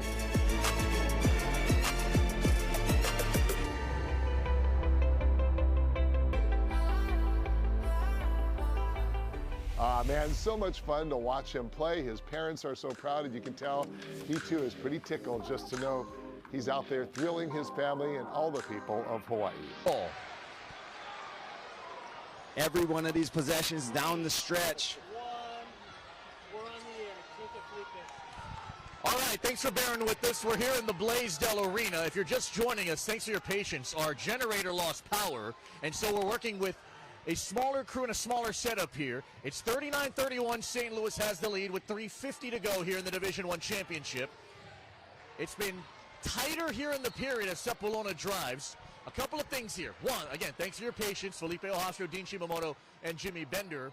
You're not going to see a ton of replays, working on just one camera. So you will see this shot. You won't miss anything. It's 39-31 St. Louis with 3:45 to go. We are located up in the upper deck here of the Blaisdell in a unique situation. And Punahou's trying to make one more strong run. Got as close as within 6 here, Coach. And now it's up to 8 here for St. Louis and the lead. Yeah, as soon as this fourth quarter started, they really picked up the intensity, feeling the urgency of this final quarter. Now under 4 minutes to go. They've found their way to a couple of buckets. Makapule knocked down a big three, even though he hasn't shot a lot of those over the course of the season. But it's been Shanson Revelto getting big buckets along with Pupu Sepulona to keep this margin at what it is. The big storyline again is that the winner, if it is St. Louis, they'll win a third consecutive state title. If Punahou wins, it's a 12th state title. Most all time, currently sitting on 11, tied with Iolani. And so, again, we're in the middle of a timeout here, and St. Louis has a 39-31 lead. This is the most unique situation I think Dean and I have ever been in right now. We had a generator that lost power, but we thank you for bearing with us, and with 3:45 remaining here in the fourth, we do know this, that St. Louis is shooting 50% from the field. The rebounds in favor of Punahou, 22-18. St. Louis is 16-32 from the field, 2 of 4 from 3, 5 of 10 from the free throw line. The leading scorer right now is Kalen Fernando with 8 points to go along with Pupu Sepulona's 8, 7 for Jordan Anuha. Punahou shooting 11 of 30 from the field, 3 of 12 above the arc, 6 of 10 at the charity stripe. Nobody in double figures yet. Noah Makapulai's got 7, Taurus has 7. And those are the leading scores here for the Buff and Blue. Yeah, as you said it, really interesting. On either side, nobody in double figures. So it's been a game where the scoring's been spread out from the stars to the role players. Everybody's made a contribution. Again, what you're seeing right now is a live shot with 3:45 to go. St. Louis to get it on the inbound. Here's Sepulona to take it. Sepulona heavily guarded by Kellner. Now here's Meacham to give it to Revelto, fronted by Uparesa Thomas. Sepulona, 8 points to go along with 4 rebounds this evening. Gets positioning. 17 to shoot on the shot clock. 3:25 on the game clock, and St. Louis leads by 8. Here's Meacham, tries to attack. Got by Porter. Good strong defense from Makapulai. Inside there went Stone Kanoa, who got tied up with Evan Porter, and he forced the possession error to favor Punahou with 3:16 remaining, and St. Louis up 39-31. A pretty lengthy possession there for St. Louis. They're looking to run some clock, keep this lead. But Punahou, nice job staying in front, getting in a help position. Kellner at that point was guarding Sepulona, so they switched Andre Uparesa Thomas, who's picked up a few fouls, and moved Kellner onto him, but a big stop there for Punahou. Across the lane went Taurus. He draws a foul. Punahou in the bonus here in the final 3:08. This one will go against Pupu Sepulona. He picks up his 3rd foul, and now Punahou down 39-31. We'll go to the free throw line with James Taurus, who's averaging 20 points in the tournament, and he's 2 of 2 at the line here tonight, and 3:08 remaining here in this fourth quarter. Not an insignificant detail that Punahou is now in the bonus. I mean, with 3 minutes left, that's a lot of potential foul shots that they can earn their way to and cut the lead with the clock stopped. Punahou for the season shooting free throws at 63% here in 2024. Punahou lost 2 of the 3 head-to-head meetings in the regular season and in the ILH second round. Taurus goes 1 of 2. 3:08 here to go in the fourth. St. Louis is up 39-32. Pressure picked up now. Here's Meacham. Meacham pushes it up forward. Trying to jump around Posiolai. Good pass inside. Stone Kanoa able to get the lay-in. 41-32, 2:53 remaining. Punahou is going to have to take those types of risks. I know they gave up the layup on the backside, but they're going to have to force turnovers and increase their possession count. Taurus, Makapulai a three. Twice off the 10, the one-handed putback is good by Kellner. Officials time to wipe up the sweat on the opposite side of the floor. The basket counts, and with 2:37 remaining, St. Louis has a 7-point lead, 41-34. Again, if you're just tuning into OC16, our regular broadcast may look a little different. Our generator lost power, so we're working on just one camera here. You're not missing anything. Here with 2:37 remaining in this Division I championship.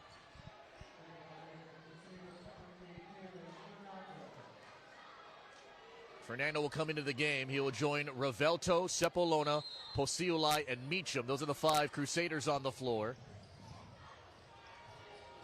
Kellner along with Makapulai, Uparesa Thomas, Porter, and Taurus here for the Buff and Blue. Got to get it across. Sepulona does. Makapulai went for the steal. Uparesa Thomas got it. 2:22 remaining. Punahou down 7, 41-34. Makapulai a kick. Here's Porter. Something's got to go down here for Punahou. Approaching 2 minutes to play. 2:07, 2:06 remaining, 2:05 remaining. Shot clock down to 17. At the top, Porter won't take that. Fakes it, drives it, sealed off, poked up, off the glass. What hands there from Fernando that caused the turnover. Up ahead is Meacham. And he scores. 43-34 with 1:45 remaining. Punahou doing their best to stay patient, but maybe overly patient in these moments. They need to be more assertive offensively to create a few advantages just so they can get an open look. That last time down ended up with nothing. And a timeout taken here by Punahou. It'll be a full timeout. How about the efforts that we saw from Punahou in this second half, but really more St. Louis surviving all these waves of momentums that Punahou's been building over the course of this second half now. Yeah, they've been playing their style. They're great finishers. That's why they've been champions for the last 2 years. That's how they've earned their way to this game. As we talked about, nearly worked their way out of the state tournament in that tough game against Marino. Nearly lost that one, but found a way to win it. And that's what they do. That's what they've done this entire season. A tough ILH regular season. A lot of close games. And that's that preparation that led them to this point. And here they are with the lead, having to finish. Here with 1:42 remaining. St. Louis with a 43-34 advantage right now here in this Division I championship. The attendance here tonight in this Division I championship, more than 3,000, 3,194. 3,194 have attended this Heidi Cook Division I state championship. How much left in the tank here for the Buff and Blue? Punahou trying to make a move. Going 12 of 32 from the field so far. Shooting 38%. Taurus, triple team. Makapulai, 7 points so far. And he's got 9. 1:27 remaining. They pull within 7, 43-36. They're starting to run out of time. Those long possessions can't happen as often. Andre Uparesa Thomas and Taurus have to be more assertive earlier in the clock. Foul there on Noah Makapulai. Remember, they have one more to give. Punahou's already in the bonus. St. Louis has 5 fouls here in the quarter. They really don't want to waste these fouls. They have the opportunity to go for hard steals without putting St. Louis quite at the line yet. So go for a hard one before you give up the easy one and put them on the line. Got a touch on that pass. Did Makapulai. 25 on the shot clock. 1:05 on the game clock. St. Louis is up 43-36 right now. In their white jerseys. Uparesa Thomas guards Sepulona. It's been solid here today. 8 points for him to go along with 4 rebounds. Attacking the basket, Sepulona. No. The tip around, no. Meacham, yes! Just got it to go. 45-36. 46 seconds left. Kellner steps into a 2. Yes. 2 timeouts for Punahou. Won't take one here. Clock still spinning. That ball hit the basket. And a foul there as Posiulai goes down with 35.3 remaining. and St. Louis up 7, 45-38. That looked like that caught the bottom of the backboard, which is still in play. If it hits the back of the backboard and bounces backwards toward the baseline, then that would have been a turnover. But Punahou is going to have to look to foul here, play the foul game for the final 35, and push it up court, trying to get quick buckets. 3 or 2, but at this point, 7 points. They're going to hope for some misses, then look for some threes. Tars picked up his 4th foul. That's the last foul to give here for Punahou. St. Louis to inbound. Now both teams essentially in the bonus. 35 seconds, the clock spinning right now. Out in front, Fernando had 2 threes earlier, goes right to the basket. He missed it. Sepulona inside, puts it up, and one.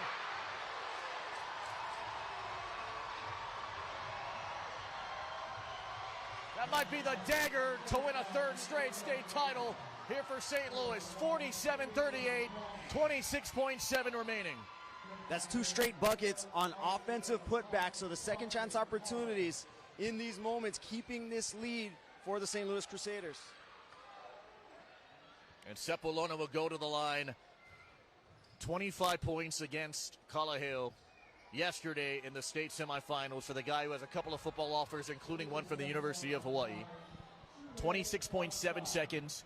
St. Louis leads 47-38.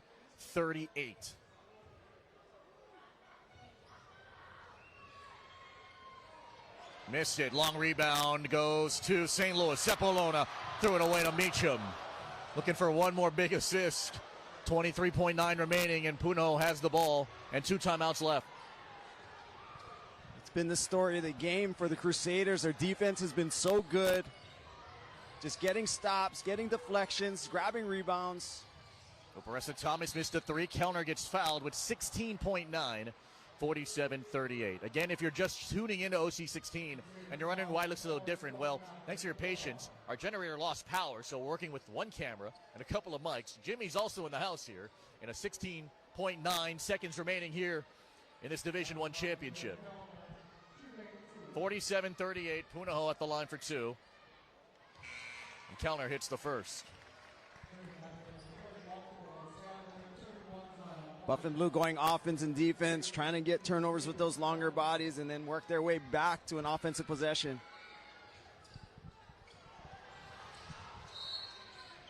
Sepulona gets the rebound there with 15.1. Punahou's won 3 in a row about 4 decades ago. 6 decades ago, St. Louis did it. And, of course, the legendary streak of Doc Mugiishi, 5 in a row from 2002 to 2006.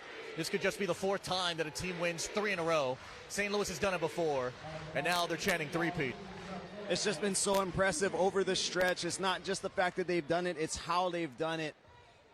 An impressive performance by the St. Louis Crusaders over the last few years, and such an incredible coaching job by Dan Hale, putting this team together, getting to work together. What an incredible job. Sepulona had the add 1 opportunity, already in double figures. And they're chanting MVP. Missed the shot. 13, 12, 11, 10 seconds left. Kellner a 3. No. Posiolai the rebound, and that will do it. The Brotherhood gets their three-peat. St. Louis has done it again. 2024 Division I state champions.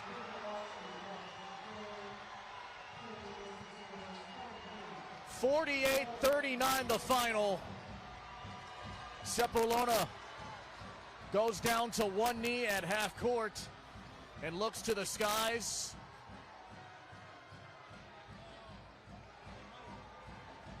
And the 2-time reigning player of the year has gone 3 for 3 in his high school career.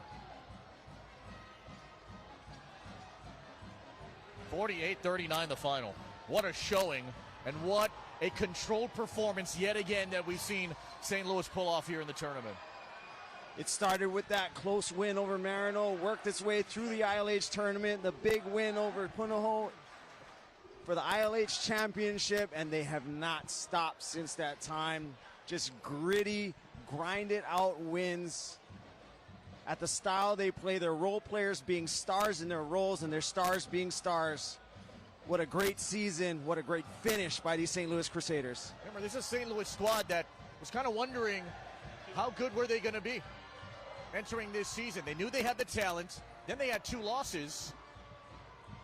And those losses came back-to-back. Lost to Marino, lost to Punahou. And now there's a swarm of fans on the end line. They're chanting, and the party is on here for St. Louis. I think St. Louis showed that championship pedigree and that toughness and why they are, without question, the best team in the state. Yeah, they didn't start the best, right? They earned their way through the ILH. They had to work for it. They had some ups, they had some downs, but they found their way. They trusted in this process that Dan Hale put forward. They stuck with it. They stuck to that defensive mentality. Their role players, again, stepped up. As we saw it tonight, it wasn't just Pupu Sepulona. It wasn't just Shanton Revelto. Stone Kanoa, Meacham, Fernando, Nunuha, so many players, Posiulai, just making huge contributions on their way to this championship. We mentioned Dan Hale and what he's done with this program. He's now won 4 championships in his career. 1 with Punahou. The other 3 with this St. Louis Crusader squad. And so Jimmy Bender has the Hawaii Honda Knitters impact player with Pupu Sepulona. All right, Pupu Sepulona, another big game for you. In fact, you're the only guy in double digits tonight. And talk about this team, because that's the one thing Felipe had mentioned. None of you guys are top 20 scorers in the state, but you get it done as a team, yeah? Yeah, for this season, this season was very different from last season. I mostly scored, but this season I got to share the ball. I was more unselfish, and I feel like we got to share the ball. Everybody equal with their points per game, and I feel like this season was so special. And I feel like this was like one of the best basketball seasons I ever had than last season. So I'm just proud of my boys. This was a team win, and I'm so proud of them. And also I want to give all glory to God. Without him, I would have been here, and I wouldn't have this strength, and we wouldn't got this 3-peat. So I just thank him a lot.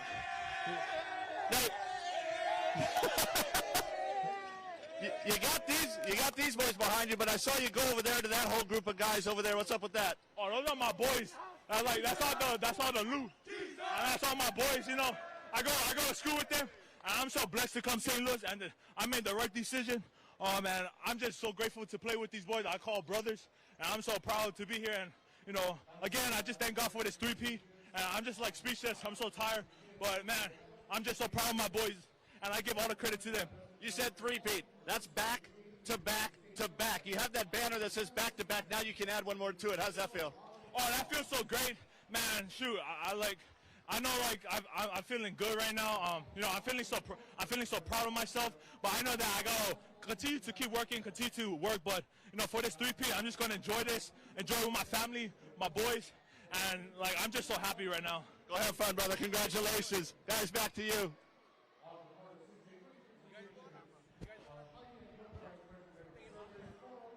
Thank you there, Jimmy. Appreciate you. As St. Louis wins this one 48-39. Let's give you some final numbers here. Punahou shoots 14 of 36 from the field, 3 of 15 from 3, 8 of 14 from the free throw line. The leading scorer, Noah Makapula, he's got 9 points, 8 for James Taurus. Dylan Kellner had 7 points and 5 rebounds on a night where Punahou had 14 turnovers. St. Louis 20 of 38, 2 of 4 from 3, 6 of 13 from the free throw line.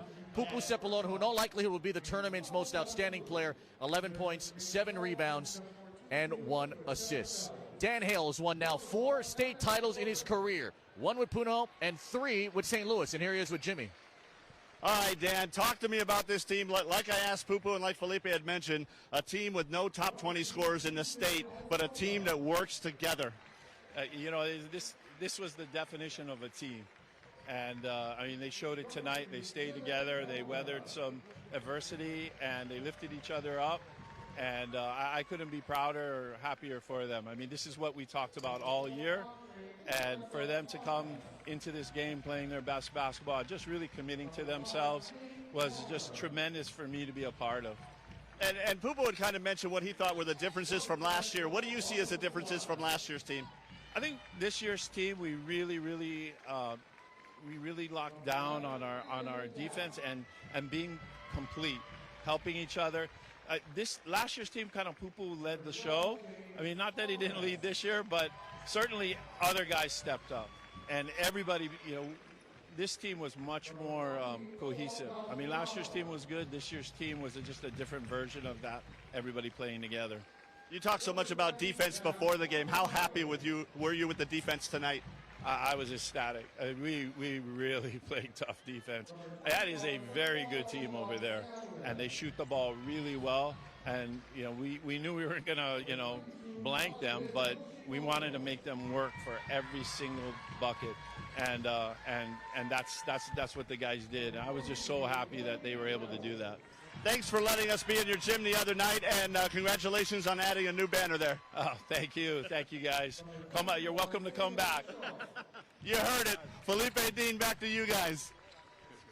All right, Jimmy, thank you so much. Thank you so much, Dan Hale, for his time as well. St. Louis wins this one 48-39. What a job Dan Hale has done with this program. Yeah, I mean, consistency. It's not easy to go win a back-to-back title. I've had some titles that we won, but never back-to-back. It's so difficult to re-motivate the guys to come back and try and accomplish the same thing. You know they have the right mentality, but sometimes that hunger drops off a bit. And they got off to a little bit of a slow start.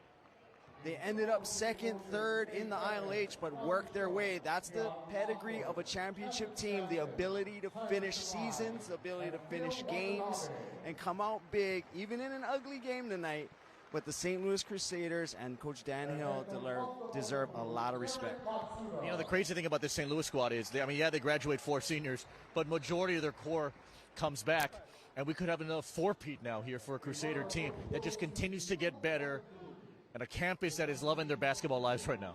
They're going to stick with that same style, what got them here today, what's gotten them the last 3 championships. So that's a little bit scary. You still have Pupu Cepoloni. You still have Chance Rivelto. And a lot of these other guys that have really embraced their roles and helped them to these championships. So the formula is not going to change, and here they come again.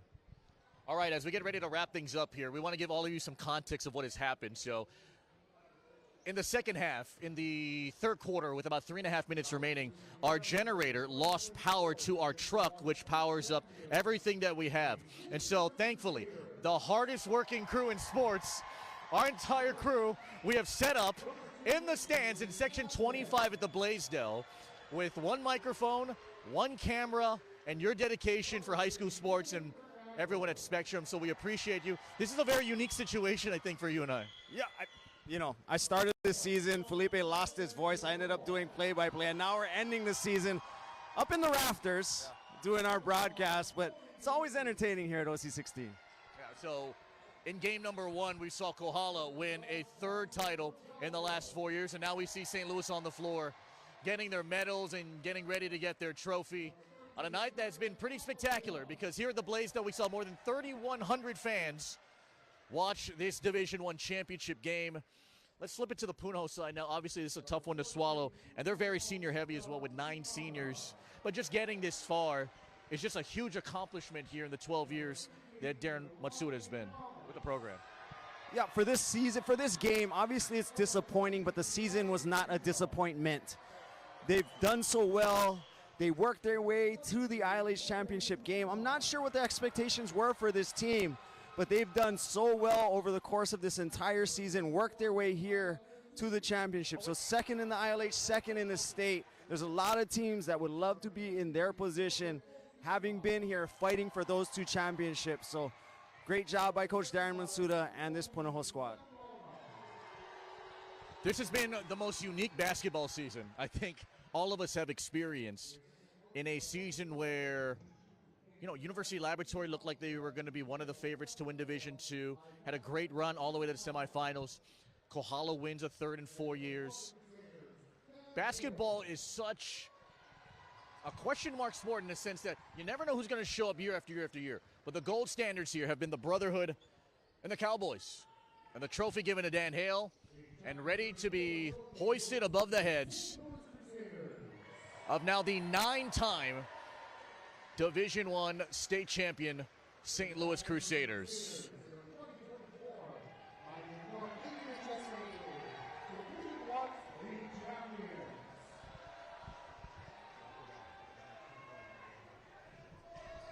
So the trophy being hoisted here, back here in the Blaisdell. All right, Coach, let's get one final thought here. Now, one more interesting thing about all of this, as you see, oh, here comes the dance.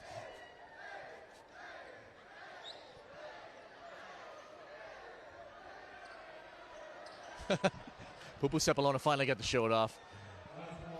His basketball career will continue, obviously, his senior season next year. And for St. Louis, a good chance to get a four-peat. Now, on any other night, we would have a usual post-game show. This is kind of a make-up post-game show. We'll give one final thought here.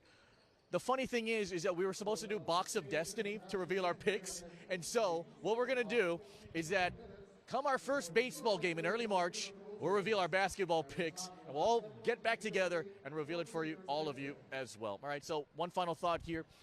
The totality of the season, what's going to stand out to you? It's just been a great season overall, super competitive through the regular seasons on both sides, ILH, OIA, even into the neighbor islands. From D2 to D1, the games have been great. The shot clock is new this year, and it was great to have it. It's been an adjustment, and the teams will be better next year. So I'm excited to see what's to come for all of these teams. A lot of great players still coming back. And so we want to thank all our partners, our league partners, everyone at the HHSAA. You, my friend, you are the absolute best. We appreciate you. Ryan Hirata, we love you. All our colleagues, Jimmy Bender and such. And most importantly, the crew that made this thing possible on literally 5 minutes notice. The power went out, the truck went down, they busted their butts, they get a camera, a microphone. We love you, NEP, we love you, the crew, we appreciate you. We could not do this without you. Everyone at Spectrum and our Mililani offices, everyone else at Segundo as well. Coach, great season as always. We'll do it again next year, man. Awesome, awesome. Thank you to Jimmy Bender and our entire crew. Dave Vinton, our producer as well. For Dean Shimamoto, Jimmy Bender, and the terrific women and men of our OC16 crew, Felipe Ojastro, support high school sports. St. Louis wins their third straight Division I state championship. This Spectrum OC16 sports presentation is sponsored by New City Nissan. It was all calm. And then...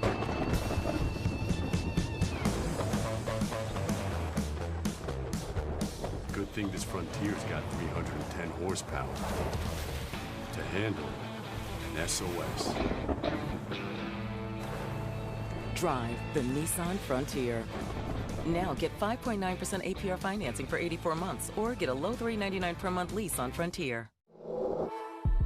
Hey, I'm officially a Zipster now. I signed up for Zipster Rewards, and now I get to feed on free Zippies. Well, me too, but what does it mean to be a Zipster? Being a Zipster rewards getting an A for effort, win or lose the game. Exactly. And one day, you'll have OZ cred. So being a Zipster means loving Zippies same as always, only now it's more rewarding. You got it. Yeah. Earn double Zipcoin reward points when you order from the Keiki menu at Zippy's Dine-In restaurants.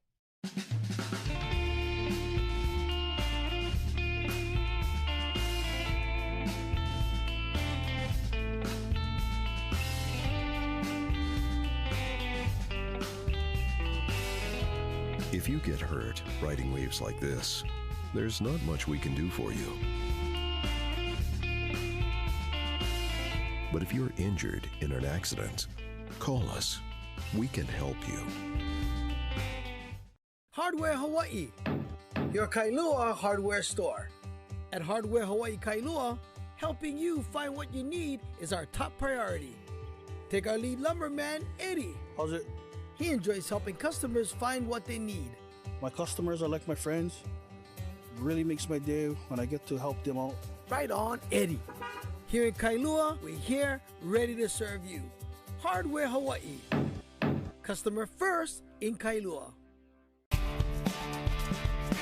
Sports People Hawaii brought to you by Jamba Hawaii, celebrating 20 years of blending aloha. And 7-Eleven Hawaii, your neighborhood store.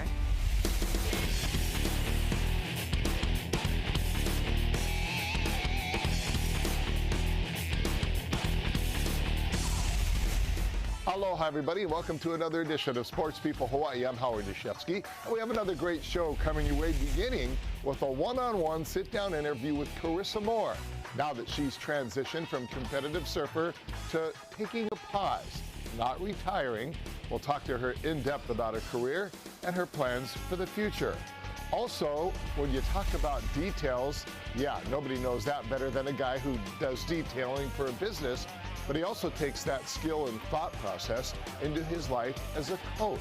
We'll check in with Coach Carl. And back to Carissa. Her father-in-law happens to be former UH football player Ken Unterman, who's one of the more successful businessmen around town. We'll have these stories and much more coming your way on this edition of Sports People Hawaii. But first, as always, let's get things going with another tip to help you get fit quick.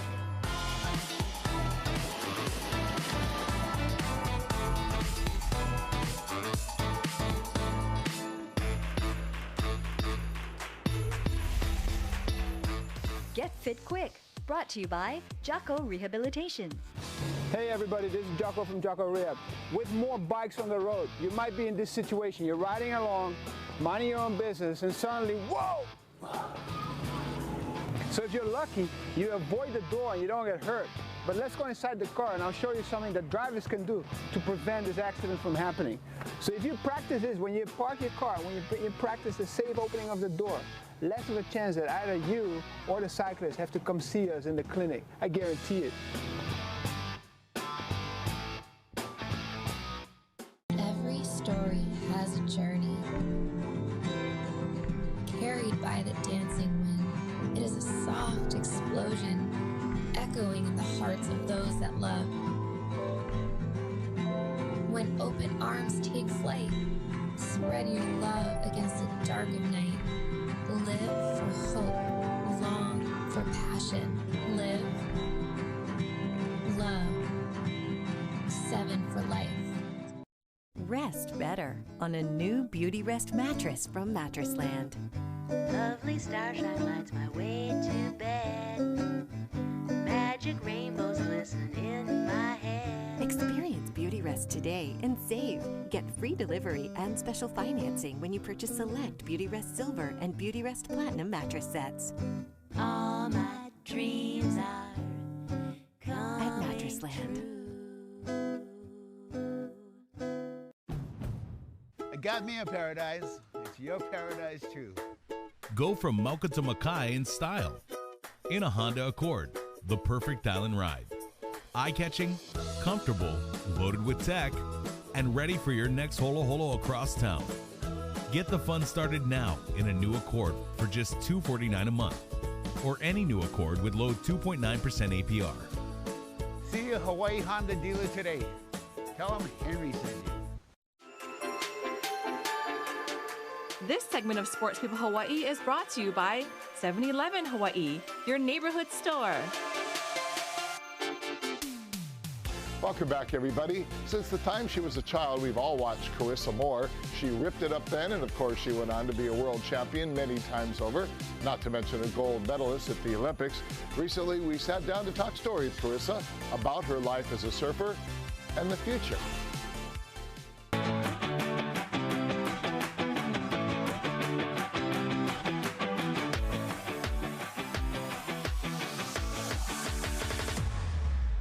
As we're doing this interview, you're literally just days out from competitive surfing. Have you started to wrap your brain around that?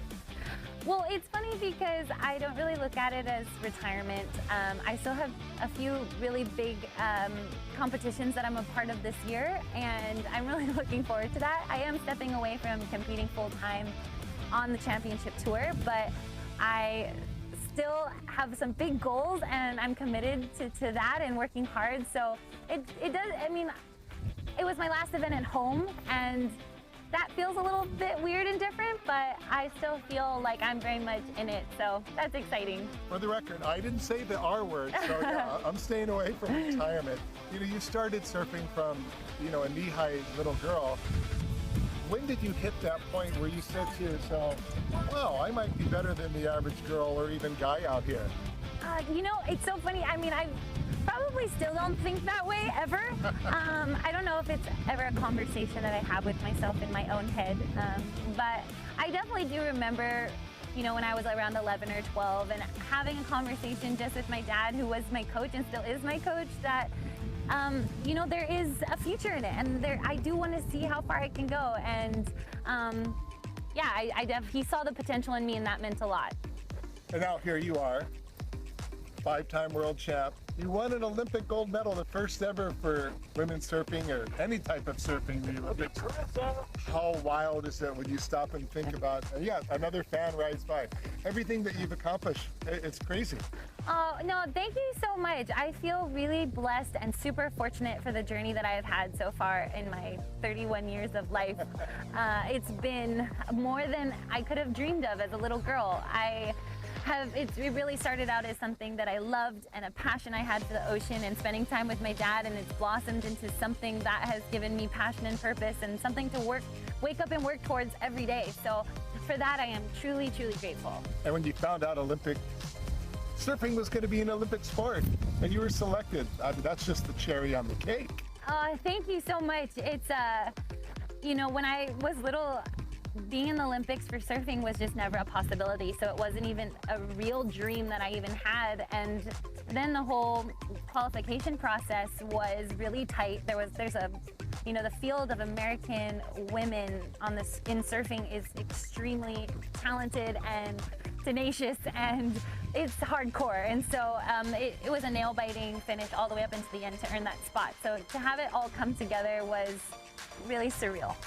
Now coming full circle, again, not using that R word, but stepping away, how stoked are you for the next journey and the next phase of life that lies ahead? I'm super excited, and you know, it's a huge change because competitive surfing, I feel like I've been a competitive surfer most of my life, and so it's very much a part of my identity and who I am, but I'm excited about stepping into the unknown and pushing myself in new ways and evolving. And you know, I'm looking forward to being a mom and starting a family at some point, and so giving myself the space and grace to do that. I have other types of surfing goals that are outside of the jersey and ways that I want to improve my performance and push myself, so that's super exciting too. And I don't know, there's just been this like yearning in my heart for a little bit of time now, and so this wasn't a decision that came up at spur of the moment. It's something that I think it's kind of been, I don't know, aching at my heart a little bit over the last few seasons, and it just feels like it's the right time. You know, I was going to ask you if you're still going to get in the water on occasion, and you're literally just out of the water, kind of sharing your love of surfing with a young little friend visiting, right?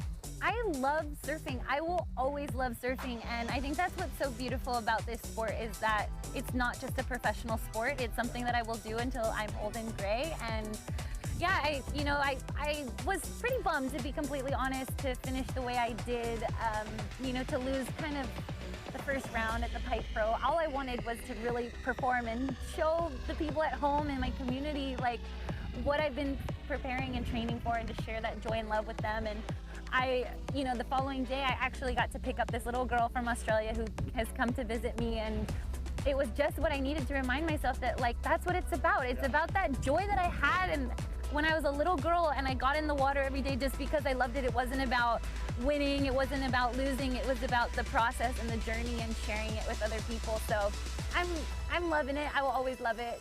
And which kind of brings you back to your love of just being out there. You see that building now, a whole building with your image next to that of Duke Kahanamoku. Everything you've done from that point as a little girl, you've done it being able to represent Hawaii. And what does that mean? Oh my gosh. Well, I have to say I still get quite overwhelmed when I drive past that building with my face on it, and to have it next to one of my greatest heroes, Duke Kahanamoku, is really a true honor.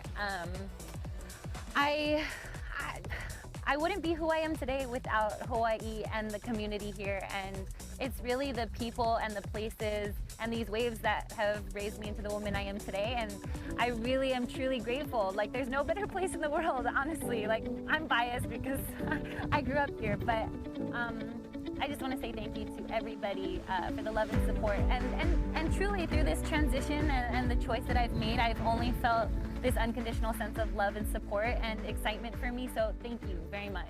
On behalf of all of us at 7-Eleven Hawaii, we join the entire Hawaii community in saluting Carissa Moore. Beyond being a 5-time world champion and an Olympic gold medalist, she's proven to be a positive influence and a great role model for young women and everyone.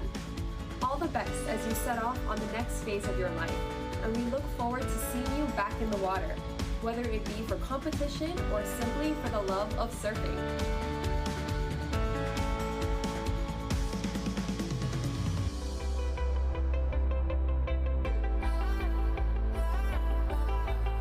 Such an incredible representative of Hawaii, and of course now we wish her and her husband Luke the very best. Luke, by the way, happens to be the son of a former UH football player, Kent Unterman.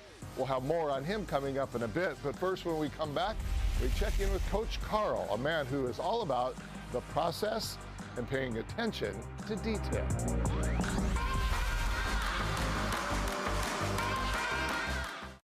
Every story has a journey, carried by the dancing wind.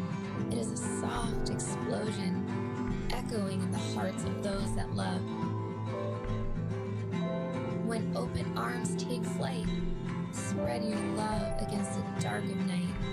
Live for hope, long for passion. Live, love, 7 for life.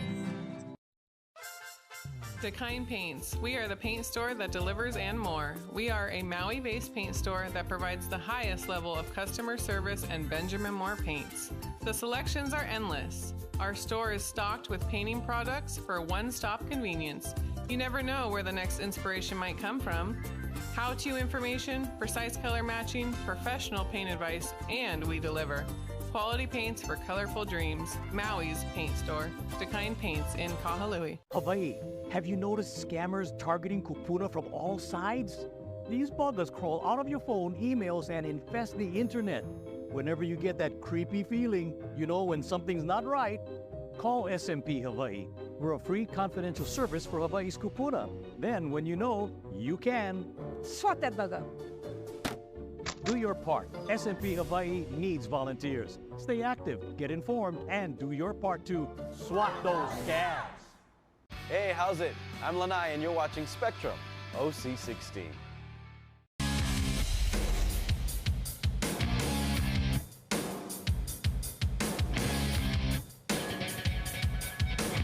Welcome back, everybody, to Sports People Hawaii. As we go through life, all of us have to pay attention to the details. It's those little things that usually bring big results. Nobody knows that better than Coach Carl.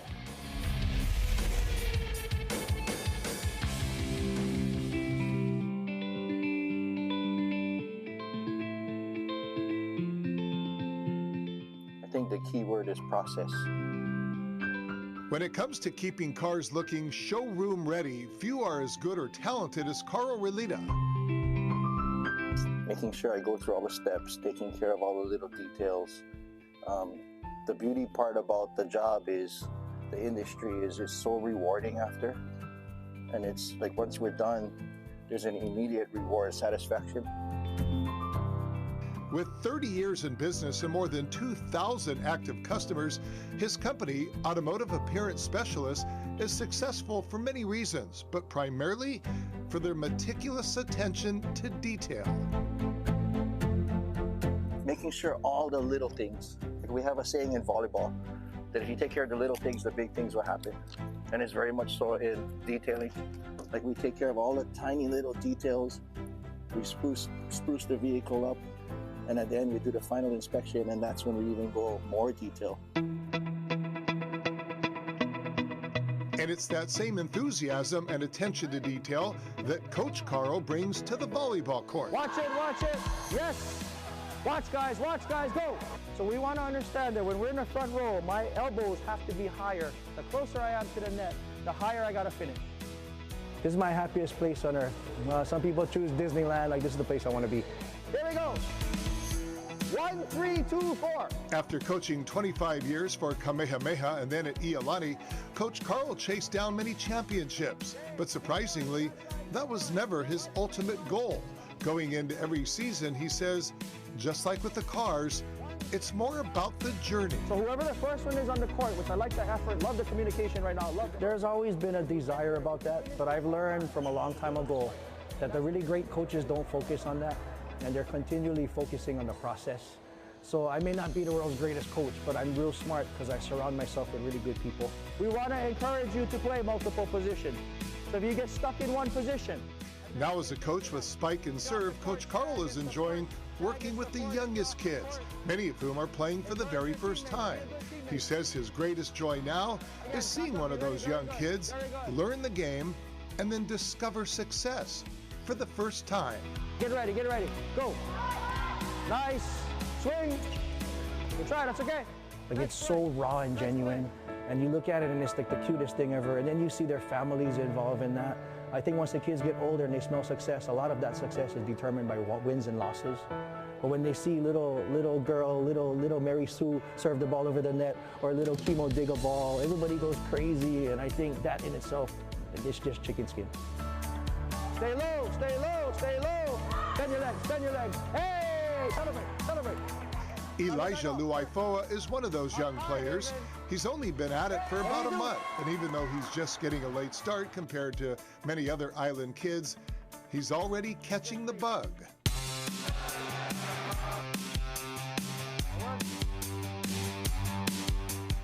Coach Carl, he's very good.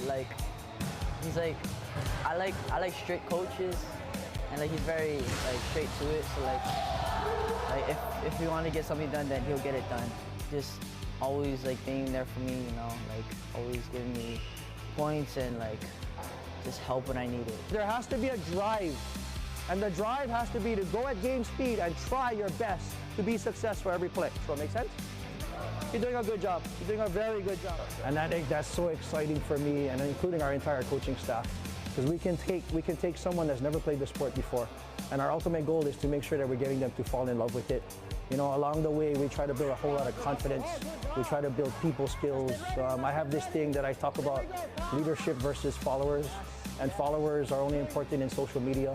You know, we like to develop the leadership part, so we take a lot of pride in that stuff. Go! Ah, good try. That's okay, support. All part of that process that Coach Carl talks about to make not just good volleyball players, but good young men and women. Remember when you used to struggle? Now you don't struggle. That's all you. Give me 5. I think he's a really inspiring coach because he'll get you to where you need, and I feel that even though he may be hard on you sometimes, he still shows that he cares about you and is trying to get you where you need to be. I feel like for me, since he knows my family, and he just wants the best for me no matter where I go, and he'll be proud whatever I decide to do, if it's not play volleyball or play volleyball.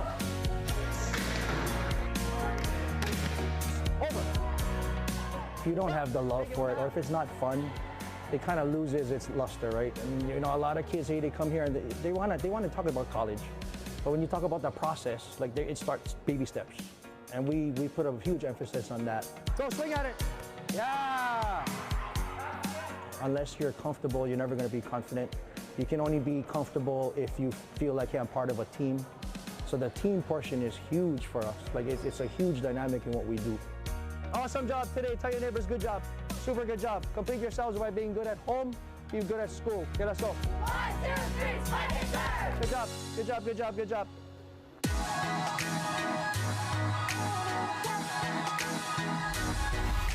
So cool. Love to hear him talking about that process of his, something that he's going to apply to your car and to your son or daughter if you're lucky enough to have Coach Carl as their mentor.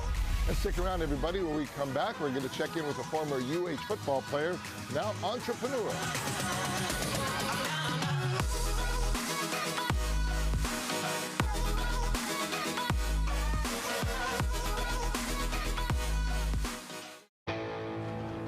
It was all calm. And then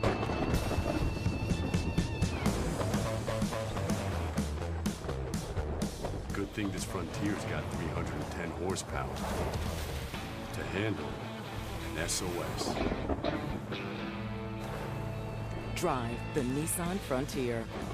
Now get 5.9% APR financing for 84 months, or get a low $399 per month lease on Frontier.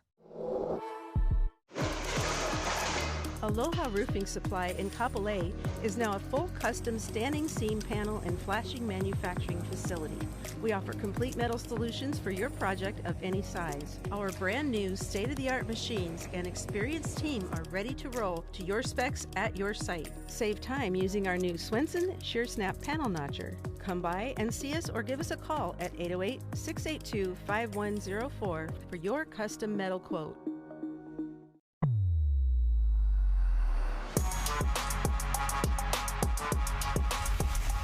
Welcome back, everybody. Of course, at the beginning of the show, we talked to Carissa Moore. Now we speak to her father-in-law, who happens to be a former UH football star, now super entrepreneur here in the islands. You know what you did here is called the dye sublimation process, right? So we custom fabricate each one of these on our CNC machine. Producing and talking about artwork is the last thing that Kent Underman thought he'd ever be doing when he arrived here in the islands some 40 years ago. No, absolutely not. I thought it would just be go off to Hawaii to play college, and then I aspired to play pro football like all the rest of the college athletes do, and then I fell in love with my wife, and the rest is history. The California native was recruited to come here and play football under then head coach Dick Tomei. His dream was to suit up and play on Sundays. I aspired to play pro football, had a contract with the Cowboys, got hurt, so I took a temporary job. That temporary job turned into getting some goods I sold at the swap meet, and that kind of morphed into buying and selling stuff, which morphed into picture framing. Today, his company, Pictures Plus, is one of the biggest frame and art companies in the state, with 7 locations. We've been in business for about 35 years and had tremendous success thanks to the support of the local community and having some really hardworking employees. And he's not just selling artwork, he's selling works of art created by the people of Hawaii. No, we're really proud. You know, we have probably supported more local artists than maybe anybody else, and the relationships with those artists and trying to help them prosper has been really fun through the years. As much as the art business has proved successful, he didn't stop there.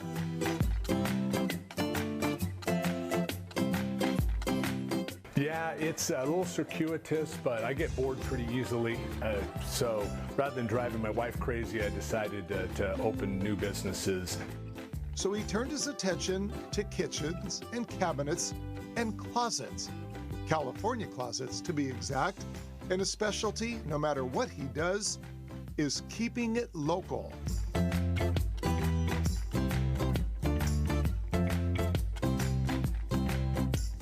We're really good at mass customization, and so we looked at the closet and cabinet business and felt like there was an opportunity there to make those things on island. An island where space is at a premium and some of the best things come in small packages, which brings us to his other business, Koko Nene, what he calls a high-quality gift shop tailored for both tourists and locals alike. Once again, featuring all local artists.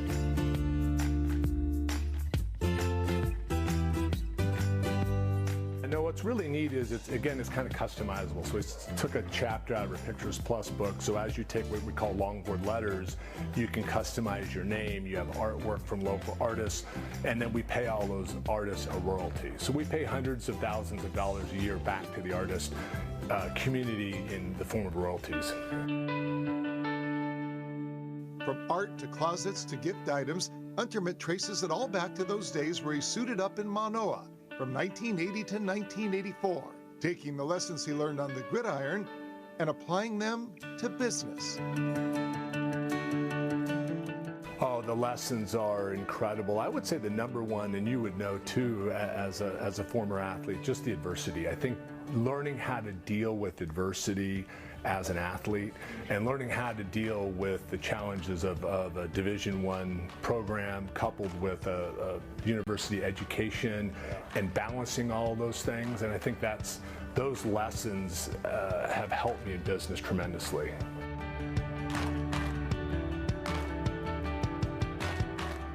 Everything from teamwork and dedication and execution, the tools you need to be successful in the world of sports and in the business world. Yeah, no, the great thing about business is that everybody can win. Unfortunately about athletics, one team wins and one team loses. So, you know, there's a winner and there's a loser, whereas in business, everybody can win. But it is all about teamwork and alignment, to your point. You know, I think about the lessons I learned from Dick Tomey, you know, my head coach, and how he would prepare us mentally. So I think so much of it is just more the mental preparation. No different in business, right? How are we gonna find a way to win? Someone's got to step up, come up with a new product, and do something to make a play. Today, his umbrella company, the ArtSource Unlimited, has an annual payroll of more than $9 million, covering about 140 employees, or teammates, who he admits have heard more than enough sports analogies to last a lifetime.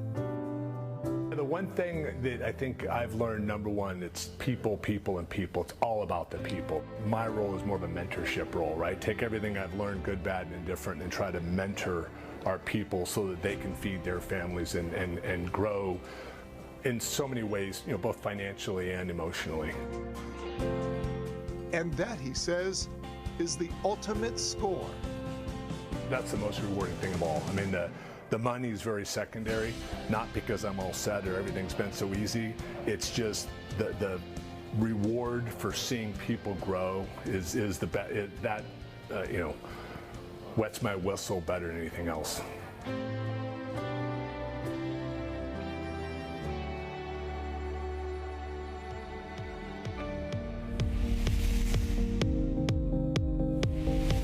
He's got so many cool things going on, and what better to look forward to now than the life with his son Luke and his daughter-in-law Carissa. We wish them all the very best. And that does it for this edition of Sports People Hawaii. I'm Howard Deshefsky. Until next time, take care of yourself, stay healthy, and enjoy this beautiful place that we get to call home.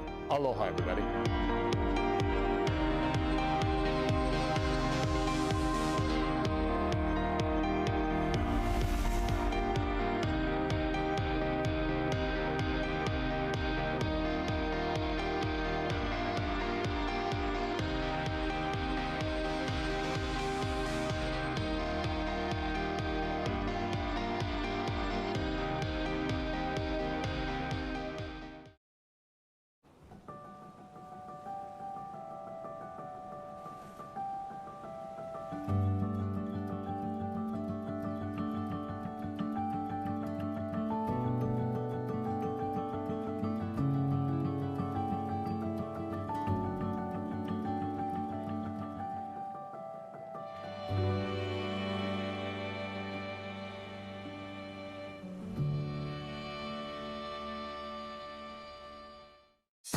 Let's get cooking.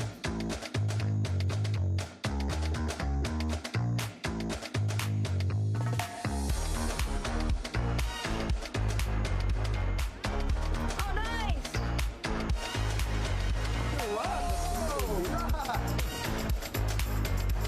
I love my job. So just follow me.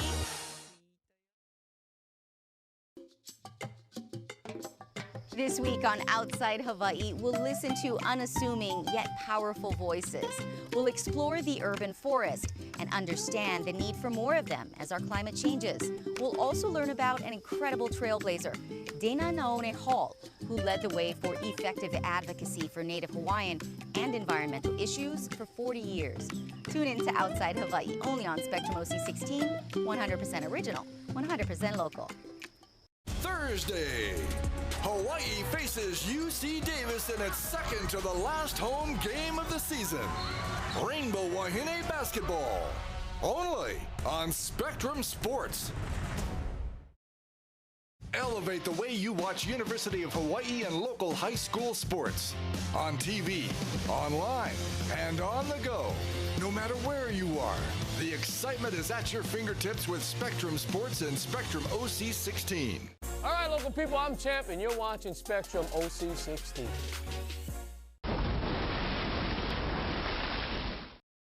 Let's join expert waterman Sam Clemens